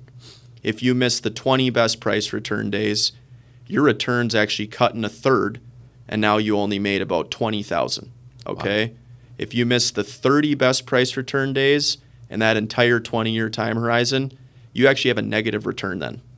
So most of your return is made during the best performing single days. And most of those days, 8 of the last, I'm not exactly sure, but I think 8 of the best 15 price return days in history came during the Great Recession or during recessionary times where the market was tanking. So the best days come during the worst of times, and that's why when people make emotional decisions, they just missed out on so much return. Not in the short term, and you fail to realize that, but over the long term. And that, to me, is really the key on why people fail to build significant wealth. It's spending too much money and not being disciplined, being too emotional. So those are things I talk about a lot, because no matter what you say, it's like real estate. There's going to be another crash. There always will. It happens. You know what I mean? I don't know when, but it's going to happen. It's going to happen continuously throughout history. It's part of the economic cycle. Yeah, but it'll be interesting to kind of see when that happens, because at least now looking at real estate, it's like, well, supply is so low and demand is high. I'm going to keep rising. Like, what's that going to do? But like, you can't say like prices are going to go up indefinitely for like 100 years. Like, who knows? Well, and so, I mean, wouldn't you say that once rates come down, then at least there's going to be things will speed up a little bit, wouldn't you think? I mean, I know mortgage rates aren't going to work exactly with where the Fed has rates at, but I would like to think that things will soften up a little bit, especially as new builds continue to happen. Or what are your thoughts on that? Well, to my understanding, like with new construction, we're still behind because of 2008, so they stopped building for like 3 years. And then just with like the formation of more households, and then just more houses increasingly more and more houses becoming unavailable. That supply is still shrinking, and I don't think we can build enough to keep up with it. And like if we do, it's not like we're building. It's not like we're making up a 10% deficit. It's small little pockets here. It's crazy when you say that too. I mean, you drive around in some of these suburbs, there's new places everywhere.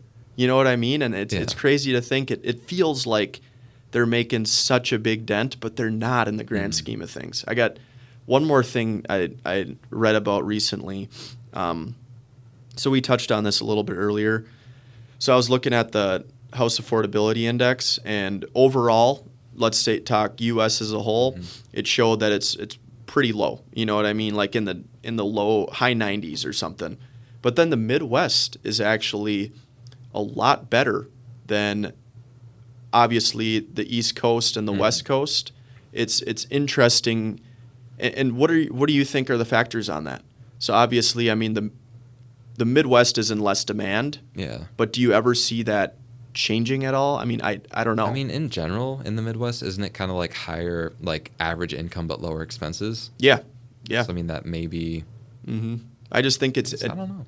I think it's interesting because I'm like, you look at, I mean, obviously the West Coast, the average home price of a home is maybe $600,000 or something. You know, just wow, that's a lot. But it's just interesting to see how much less affordable things are. But yeah, I've also I was just thinking, like, in the Midwest, if you take out like the biggest cities, it's kind of nothing.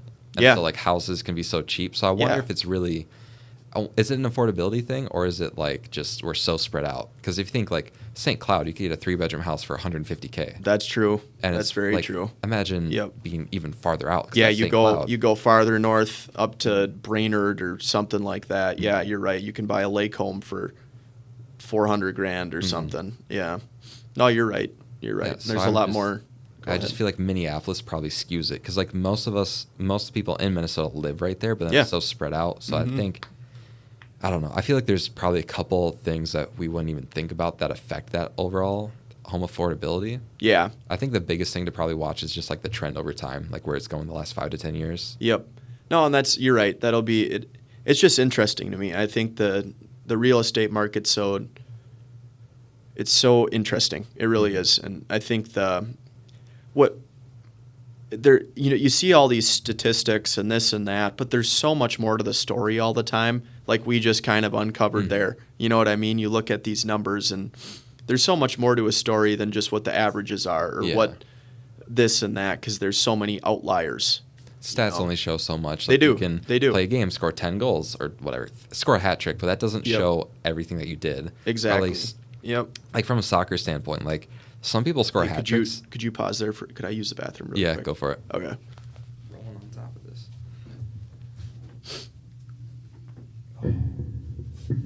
Oh, I can move so much more freely now. That's so nice. Oh, did you have that? Did you have it tangled up there? So every time I moved, I kind of felt like like this whole time I'm talking with like one hand. I normally gesticulate a lot more. Yeah.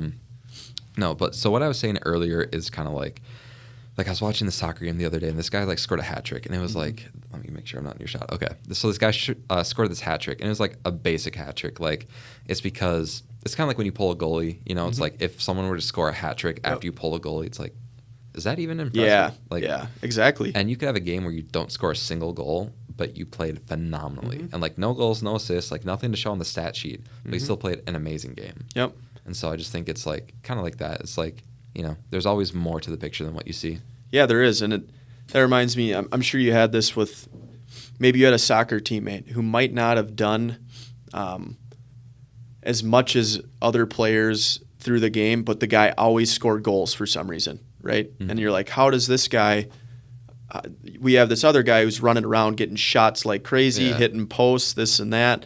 But then this one other guy always scores goals, and I don't know why. So that's another example of kind of what you're saying, where the stat sheet doesn't show everything. Yeah. You know? See that like in sales too, like sometimes people just hit it big. Like year one, it's like $300K. It's like, whoa. Yeah. And then like year 2, it's like $50K. It's like, what? Yep. And that's what's interesting about sales too, is I don't know. Sometimes it seems like there's some luck involved. Sometimes ultimately what I've noticed is the harder you work, the luckier you get. You know, you increase your quote-unquote luck service area as you work harder, as you put yourself out more. But, what are your thoughts on that? You're kind of out and about a lot and meeting people all the time and stuff like that. I guess for me, for like sales and stuff, it's just kind of one thing where like I think to have a long career of success, that's hard work. To have one good year, that could be luck. Like anyone can have a good year. Yep. Like I look at like even in sports, like if you think about the greatest athletes, they did it year after year after year. Consistency. After year. Yep. Yeah. Like looking at soccer, like Messi and Ronaldo, they did it for 10 plus years. And now like anytime someone has like that longevity, one amazing year, it's like, oh, are they going to do it? Yep. It's like, no, they're not going to be that good until they're 35. Like you just can't do that 10 years in a row. That's such a like commitment to everything that like most people don't want to do that. Like you look at like Tom Brady, like it affected his marriage. Granted, probably other things going on there. Like I would assume it's not just football, but like you have to sacrifice so much to succeed at such a high level like that. I was watching. It's interesting you say that. I was watching a podcast with Shannon Sharp. I don't know if you know who that is. He was a former NFL Hall of Famer. Seems to be a bigger media personality now. And he said that. He said, I was on the pursuit of greatness. I wanted to be the best I possibly could at football. Because of that, I sacrificed other areas of my life. I'm not married essentially because of that. And that's where I wasn't as good as a father as I should have been because I was so focused on football, being the best at that. I was obsessed with being great. And it's the mindset of that and the sacrifice it takes. And sometimes I think people miss that, everyday fans. Oh, these guys are getting paid. The soccer players paid so much money. But they're working like crazy, nonstop. That's all they're doing. They are perfecting their craft, and that's all where their mind's at. They're machines. I mean, they're doing things that literally no one else in the world can do, and things that a lot of people don't want to do. You really want to wake up early and go lift for 2 hours and then go back to bed because you need sleep and then eat bland chicken and rice and then wake up and then go do it again and just do it over and over again. Train 9 hours a day. I respect it. I really do. And there's everything's about supply and demand. I mean, so they're getting paid for a reason because so many people are interested in that. So many people are willing to pay. It's it's like anything. Yeah, I think attention is the most valuable currency. If you have a lot of followers, you can make money. Yes. 10 million followers, you can make money. You're bound to have somebody interested in whatever you're doing if you have that many people following you. It's true. Even just put an affiliate link, hey, go buy stuff from my Amazon shop. Make money. Yep, exactly. Yeah, and that's, think about it. It's a numbers game there. But if you have that many followers, you're kind of set with whatever you're looking to do. Yeah. Kind of off topic. What are your thoughts on crypto? So I think it's I don't touch it much, and I don't make recommendations on it. I think it's an interesting. I guess I wouldn't even call it an asset class. It's an interesting thing that I think obviously has upside, but right now the value is in the blockchain, not in the crypto itself, because it's not backed by anything. Yeah. You know what I mean? So right now it's all a perceived value, right? There's not anything backing up that quote unquote asset, because all it is a perceived value, what you think it is worth or what I think it's worth. There's not actually anything backing it saying it's what it's worth. It's all in the blockchain. So I typically tell people is I think it's good to I believe in diversification. I have plenty of people that own crypto. I don't make recommendations one way or another. I do think it's good for people to have. I don't personally own any right now, but I'm thinking of buying maybe $5,000 of this or that and seeing what happens. The part that worries me though is just the fact that there's really nothing that's backing the asset class. It's all just perceived, but it's made people a lot of money. So it's interesting. I've had a lot of interest in it, and it's something that I haven't really dove into and I'm going to put all my money in this. Yep. But it's something where I think crypto as a whole will succeed and be a huge part of the future, but I think it's impossible to know what crypto's now. That is right what I was going to say. I think it's going to be kind of like that tech boom of 2000 where right now there's so many of these coins, right? And we fast forward maybe 10, 20 years, there's going to be 2 that make it out, 2 or 3 that make it out, right? Back in the day. Yeah, where it's not going to be 40 different coins that still have any sort of value whatsoever. It's going to be the 2, 3 that make it out and therefore have value at that point in time. I think there'll still be a lot of cryptos, but I think it'll be kind of the way that I think there'll be 2 now that make it, and then other stuff just kind of keeps coming up. Yep.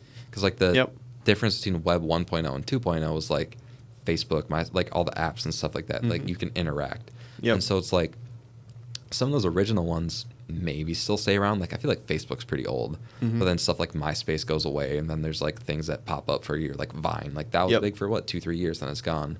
And so I think like you're gonna get that with Web 3.0. Like maybe like Bitcoin makes it, but then like everything else fails. Yep, and I think that what we're gonna see happen, and again, no one knows, but I think we're gonna see where there's gonna be these baskets of crypto investments where you can buy, kind of like an exchange traded fund, where you can buy, well, even probably there will be exchange traded funds where they have 30 different crypto coins in this basket, and then you buy the whole basket, so you don't have all your risk in one coin. You now own 30 coins. And I'm seeing that happen with some exchange traded funds now being created.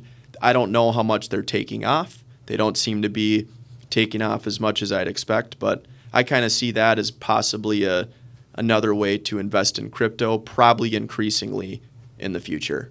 Isn't that kind of what FTX was doing? Like you could kind of make unique investments, kind of go like outside of the bounds of certain things. Right? Yep, somewhat, but he obviously. Is he in jail now? I think so. And I can't talk to badmouth him or say anything about him, but yeah, that was interesting. It's an interesting. Can you talk about the GameStop thing? Yeah.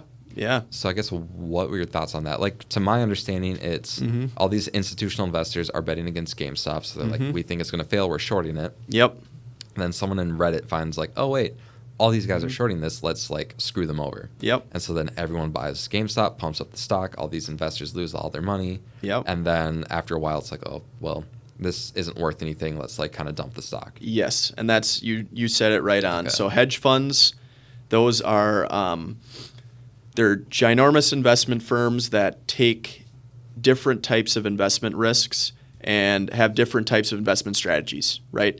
Maybe some are known for shorting stocks, betting on stocks that are go down. Maybe some are known for using derivatives such as options, futures, whatever it may be. They have a different investment strategy and they do things differently than a normal investment firm, right? So a lot of the larger hedge funds, GameStop isn't, well, never mind. So a lot of hedge funds were betting that GameStop would go down, the stock price, because they didn't necessarily believe in the business model. And I can understand why. But then, the Reddit guys, they knew, word got out that some of these hedge funds were shorting the stock, right? So then all these Reddit people, they pumped the stock. They pumped it up like crazy, kind of like AMC too, right?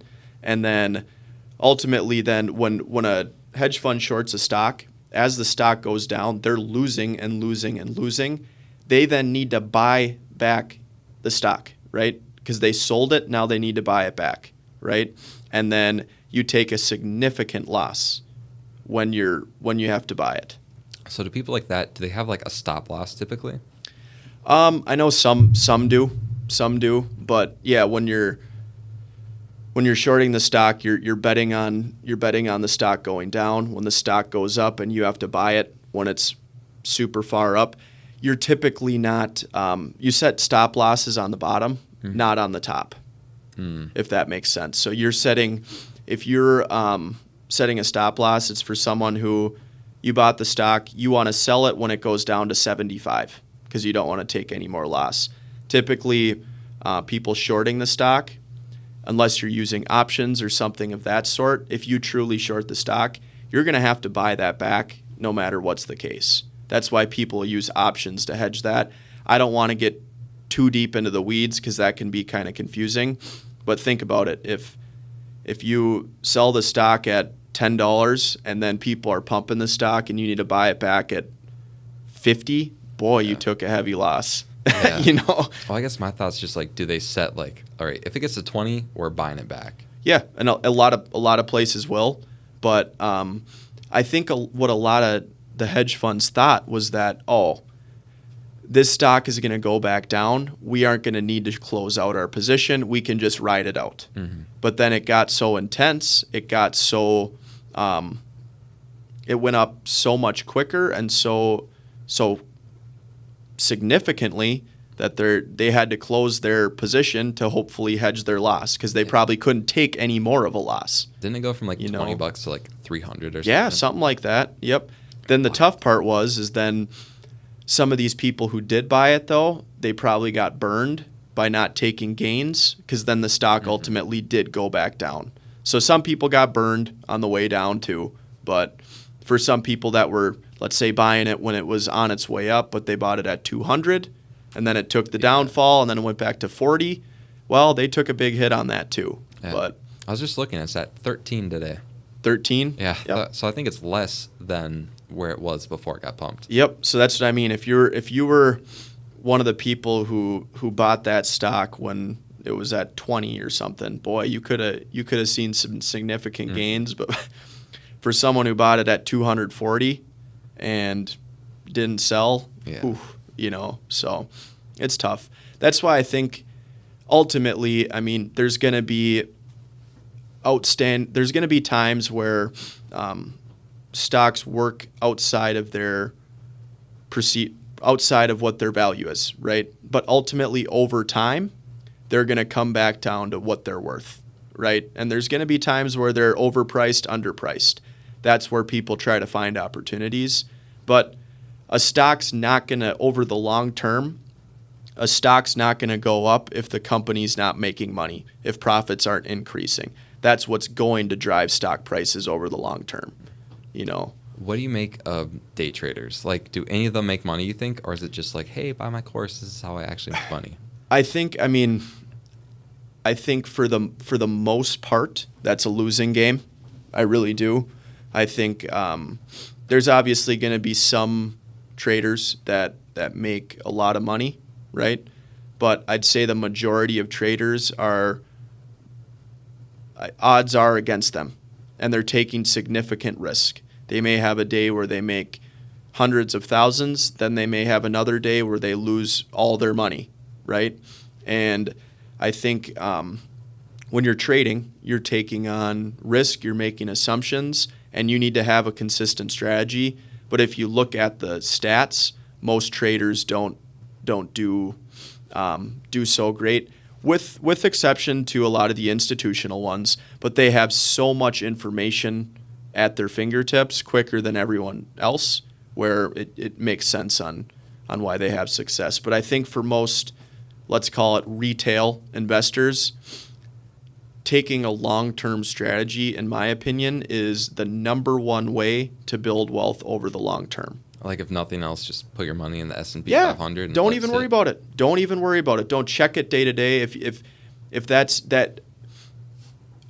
Looking back at history, that has been such a great way to build wealth. And for most people, that's the best way to do it. Mm-hmm. Set it and forget it. Have you looked at EXP as a stock at all? I have not. Okay. Yep. Just curious. Because it's something where, like, when I joined the company, I'm like, how does this make sense, right? Because 50% of all the revenue gets paid back to the agents because we're all incentivized to help, like, grow the company. Yep. So it's something where, like, if I bring you in, I get, like, a percentage, like 15% of what you pay to the brokerage or whatever. Okay. Yep. And there's set, like, dollar amounts that you can make off of that. Yeah. So then, could I stop you there? So essentially, what you're saying is, like, let's say I buy a house from you, then 15% of that commission is going to go to you, and then you're saying that the rest is going to go to EXP. Is that what you're saying? Oh, there's so many. Or are we getting so far in a rabbit hole? I'll break here? it all down. Okay. So you say you're going to buy a house for $300,000, and for round numbers, the commission is like a little over 3%. Yeah. So I make $10,000. So $10,000 comes to me just with the EXP. They're going to take $2,000 off the top until I pay $16,000. So $2,000 goes, and now $1,000 of that goes to EXP, and $1,000 of that gets sent to the 7 people above me. Okay.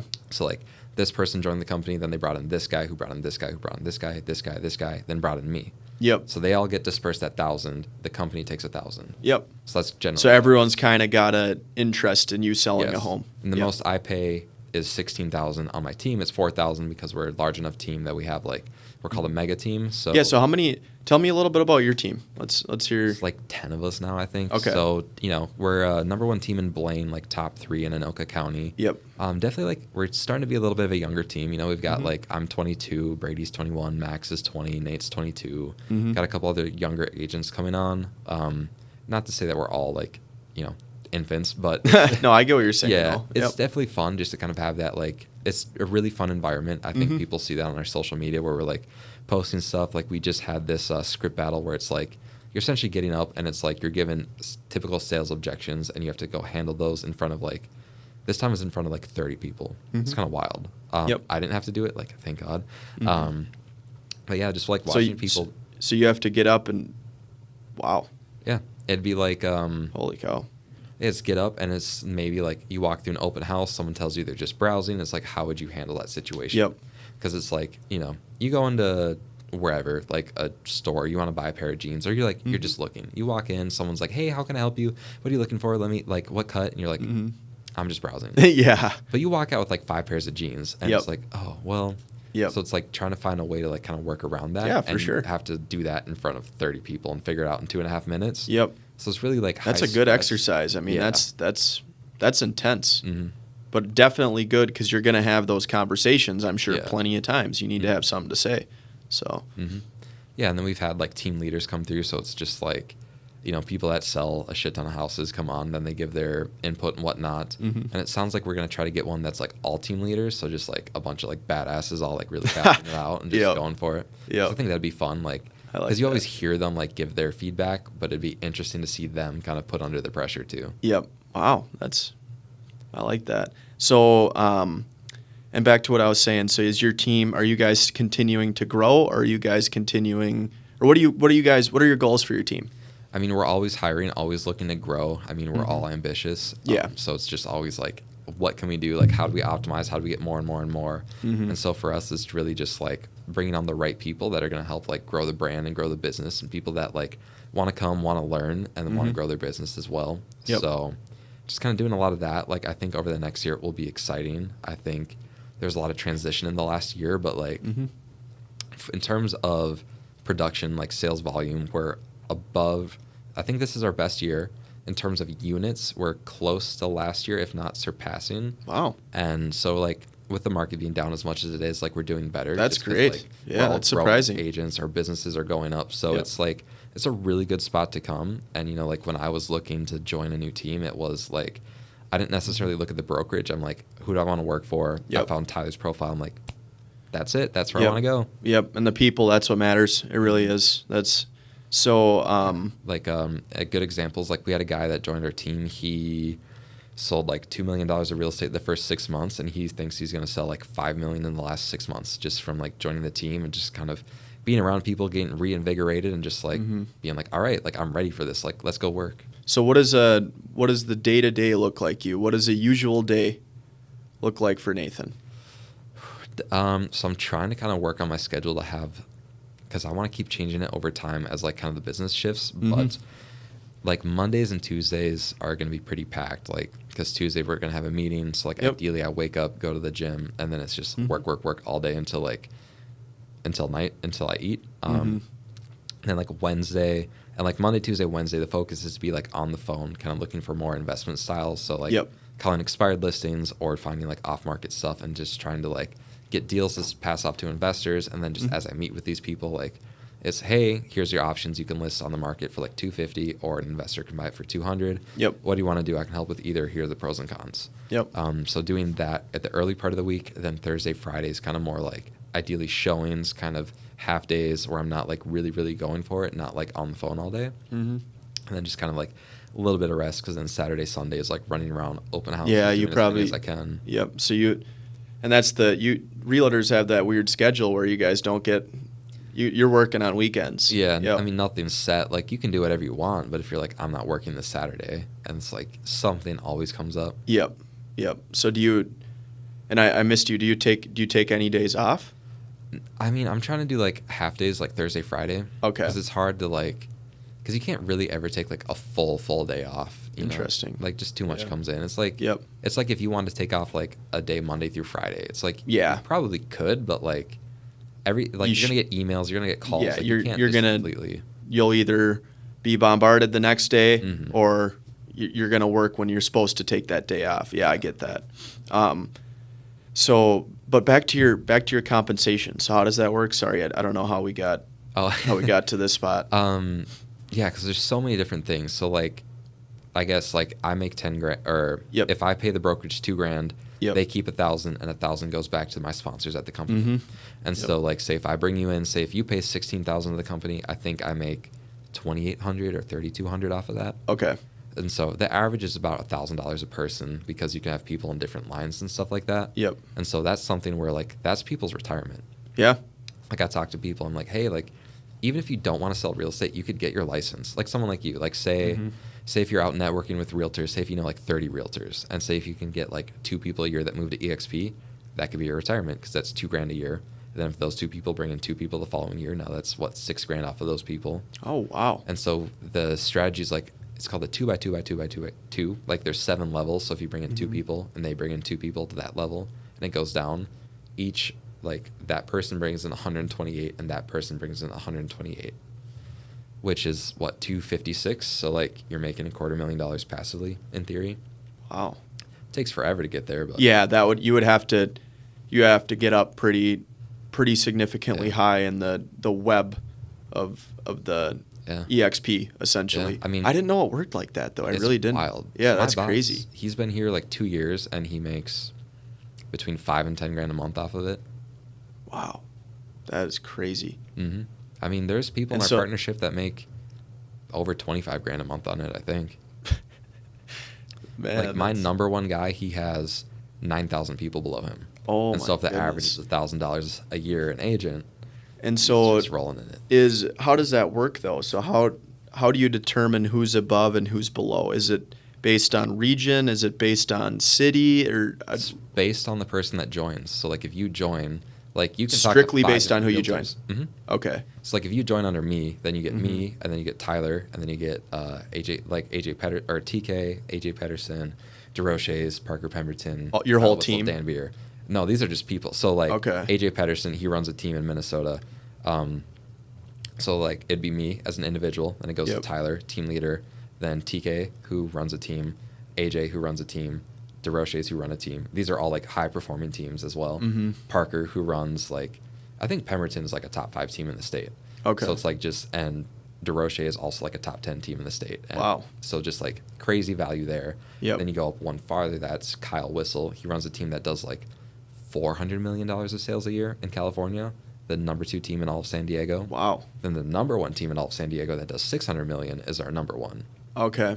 Gotcha. So you just get all of that value. Then those guys do Zooms and stuff like that. So it's really like kind of EXP is really like a huge collaboration, because it's like everyone's on the same team. It's not like everyone's their own agent. Everyone kind of has some skin in the game, so to say, or they have an interest in your success too. Yeah. Yeah. Weird. I didn't know that. That's cool. I didn't know it worked like that, honestly.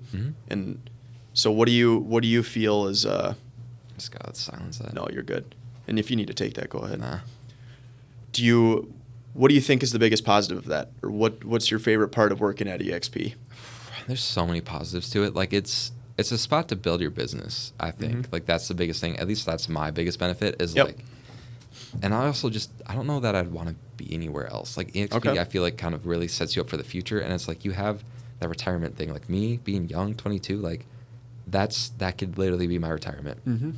2 people a year. Like even if I don't have like crazy ambitions, and it's like, cool, I'll bring in 2 people a year and I'll just do my thing. Like that's retirement. Yeah. Like 2 people a year for 30 years, you bring in 60 people, make $60,000 passively off of that. Yeah. You know, that's a good chunk of money right there. That is. Yeah, that's crazy.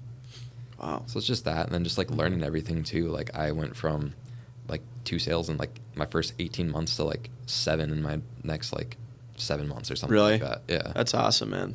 Like it took me Took a long time to get going. Yeah. How did that work for you at the start then? Did you I was in Wisconsin, so I was somewhere else. Okay. So it was 18 months elsewhere, not at EXP with like not a whole lot of support, sold 2 houses. then came here, and I've been here probably the same amount of time, and I've done like 15 or something in that time frame. That's great. I feel like it's been about as hard of a time to sell as possible too. It's been so much harder now than it was then. Yeah. It's really just the structure. You've honed your skills. And, yeah, just being around the right people. Do you feel as though your team's been instrumental in your success? Or yeah, I mean, I think I had certain qualities and certain like things that like I had a certain potential. But, yeah, like, I do too. Yep. Mm-hmm. But it's really just like getting into the right structure that kind of helps you achieve that full potential. Yep, help you like, meet your potential. Yeah, you see that all the time in like so many different aspects. Like we keep going back to sports, like athletes, like how many people like you see it in soccer, like they're 19, they have a huge year, it's crazy, but then they like don't ever do anything. It's because they're just not around the right people. They have the potential, but they just didn't do what it took to get to the next level. Yep, or they were in maybe a system that didn't work best for that specific soccer player, and then they got traded, or I don't know how that works exactly, but maybe they moved to another team, and then that was the right fit for them. You know, so I get what you're saying.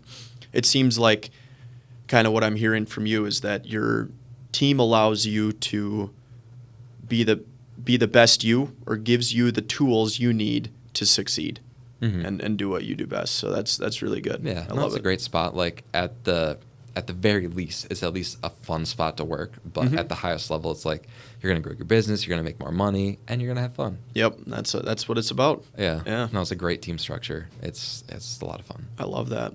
And do you I know you might do something else or move into another area of real estate, but do you see yourself being here for the near future?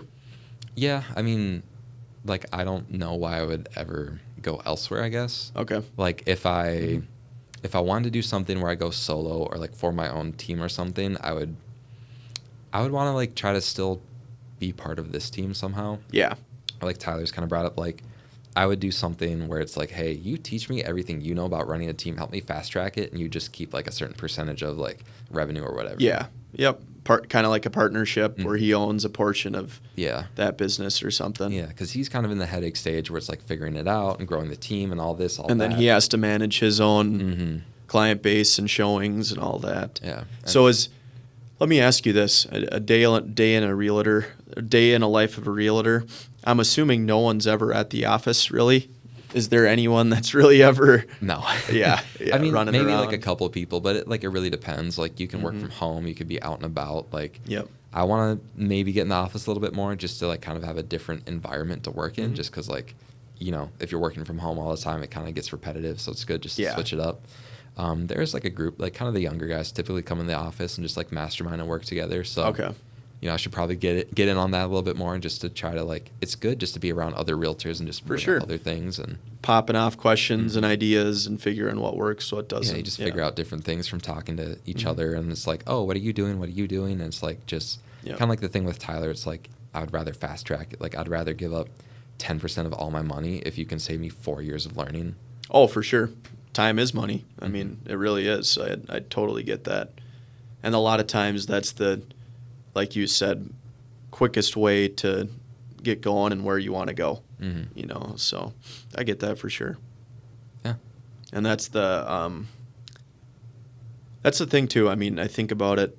You have all these decisions in business on what should I spend money on, right?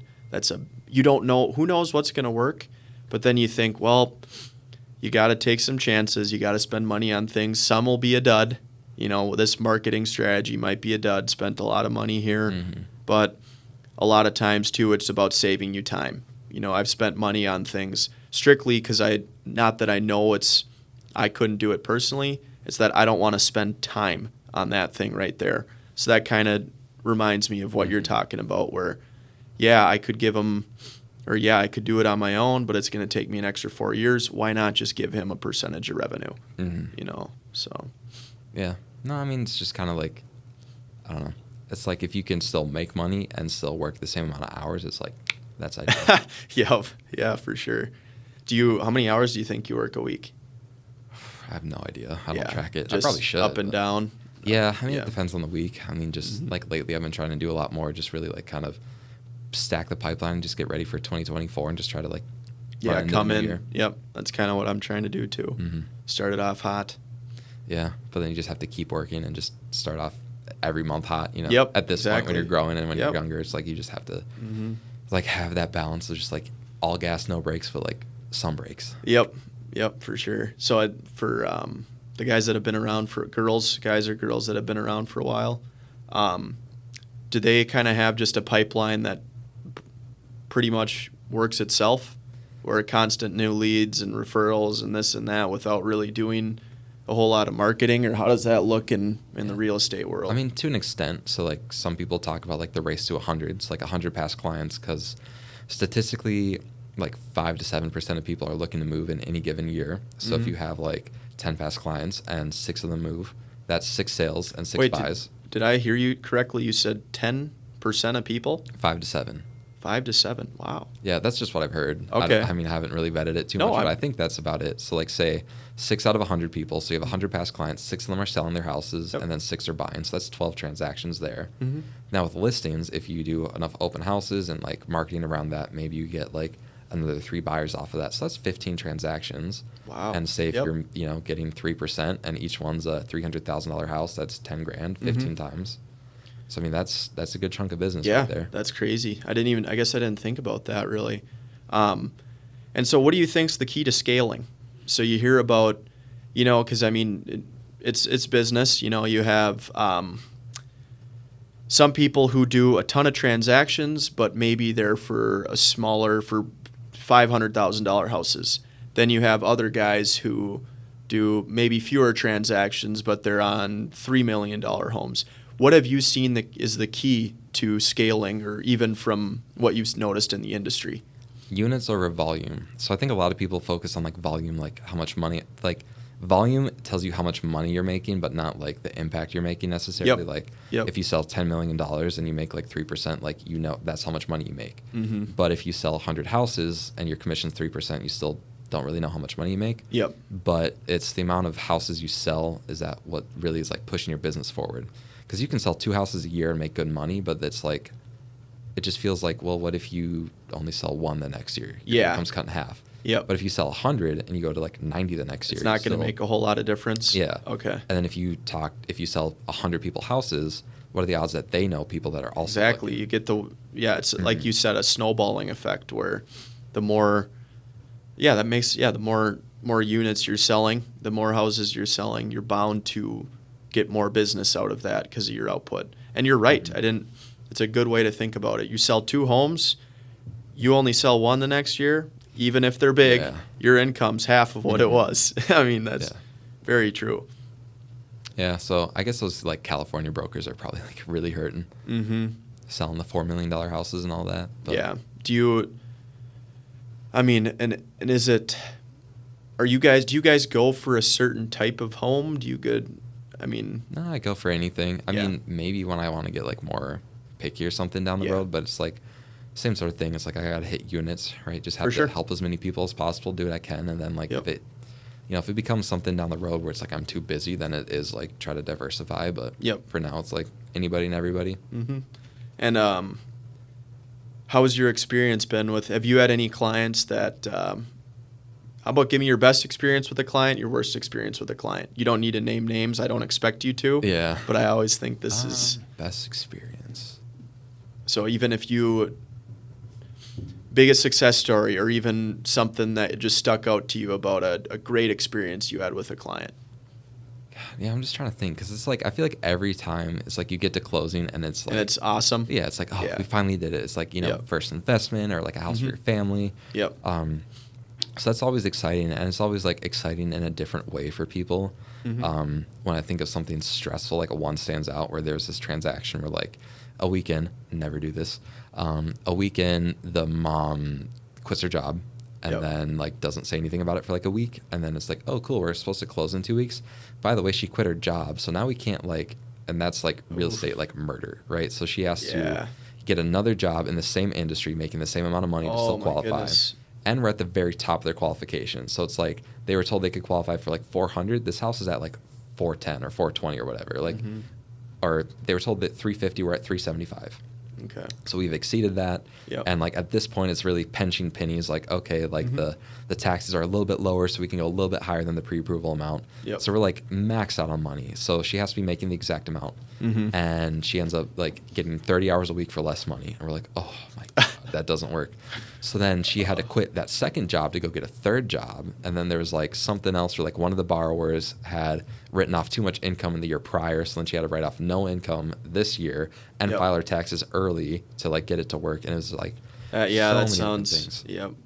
And I feel like I don't know, but I feel like is there a lot of times that you're kind of pushed up against the wall on time? Things have to go wrong. I mean, real estate transactions, those are big transactions. There's a lot of parties involved. There's a lot of different steps involved. Is that something that I bet there's a lot of unpredictable? Yeah, I've got one right now. We're supposed to close on Tuesday. We probably won't because there's this change with Fannie and Freddie, which do conventional loans. So like a couple months ago, there's a collapse of a condo, and because of that, they changed. So like the deductible that you can have on wind and hail for insurance is like 5% for a condo or a townhouse. Yep. The unit that I'm trying to sell, there was some damage like the year prior, so they couldn't get their deductible below 8%. They're at 10% right now. So we get under contract, and then 2 weeks out, we find out, oh, they're at 10%, so conventional doesn't work, which conventional makes up like 60 to 80% of all buyers. Okay. And so we're like, okay, we'll flip it to FHA. Well, the community needs to be FHA approved, which they weren't, and they have to send in documents. So they sent in documents in October. It typically takes 30 days for that to get fixed, but they still hadn't figured that out. So now and then they're like, oh, we got it, but we need another document. So what we have to figure out is get that other document, get that figured out, and then hopefully get FHA approved. Then they're FHA approved. Then we have to get a new appraisal, so we have to get someone else to come out, look at the property, say that it passes and it's worth that value. Yeah. Then from there, then we can do everything else and then close it. So it's something where like we're probably not going to close on time, but so I mean that adds like stress and confusion and stuff to a transaction. But it, I don't know, you just kind of take it on the chin and keep going. Yeah. So what do you feel as though is the most transactions that a realtor could have at one time, reasonably?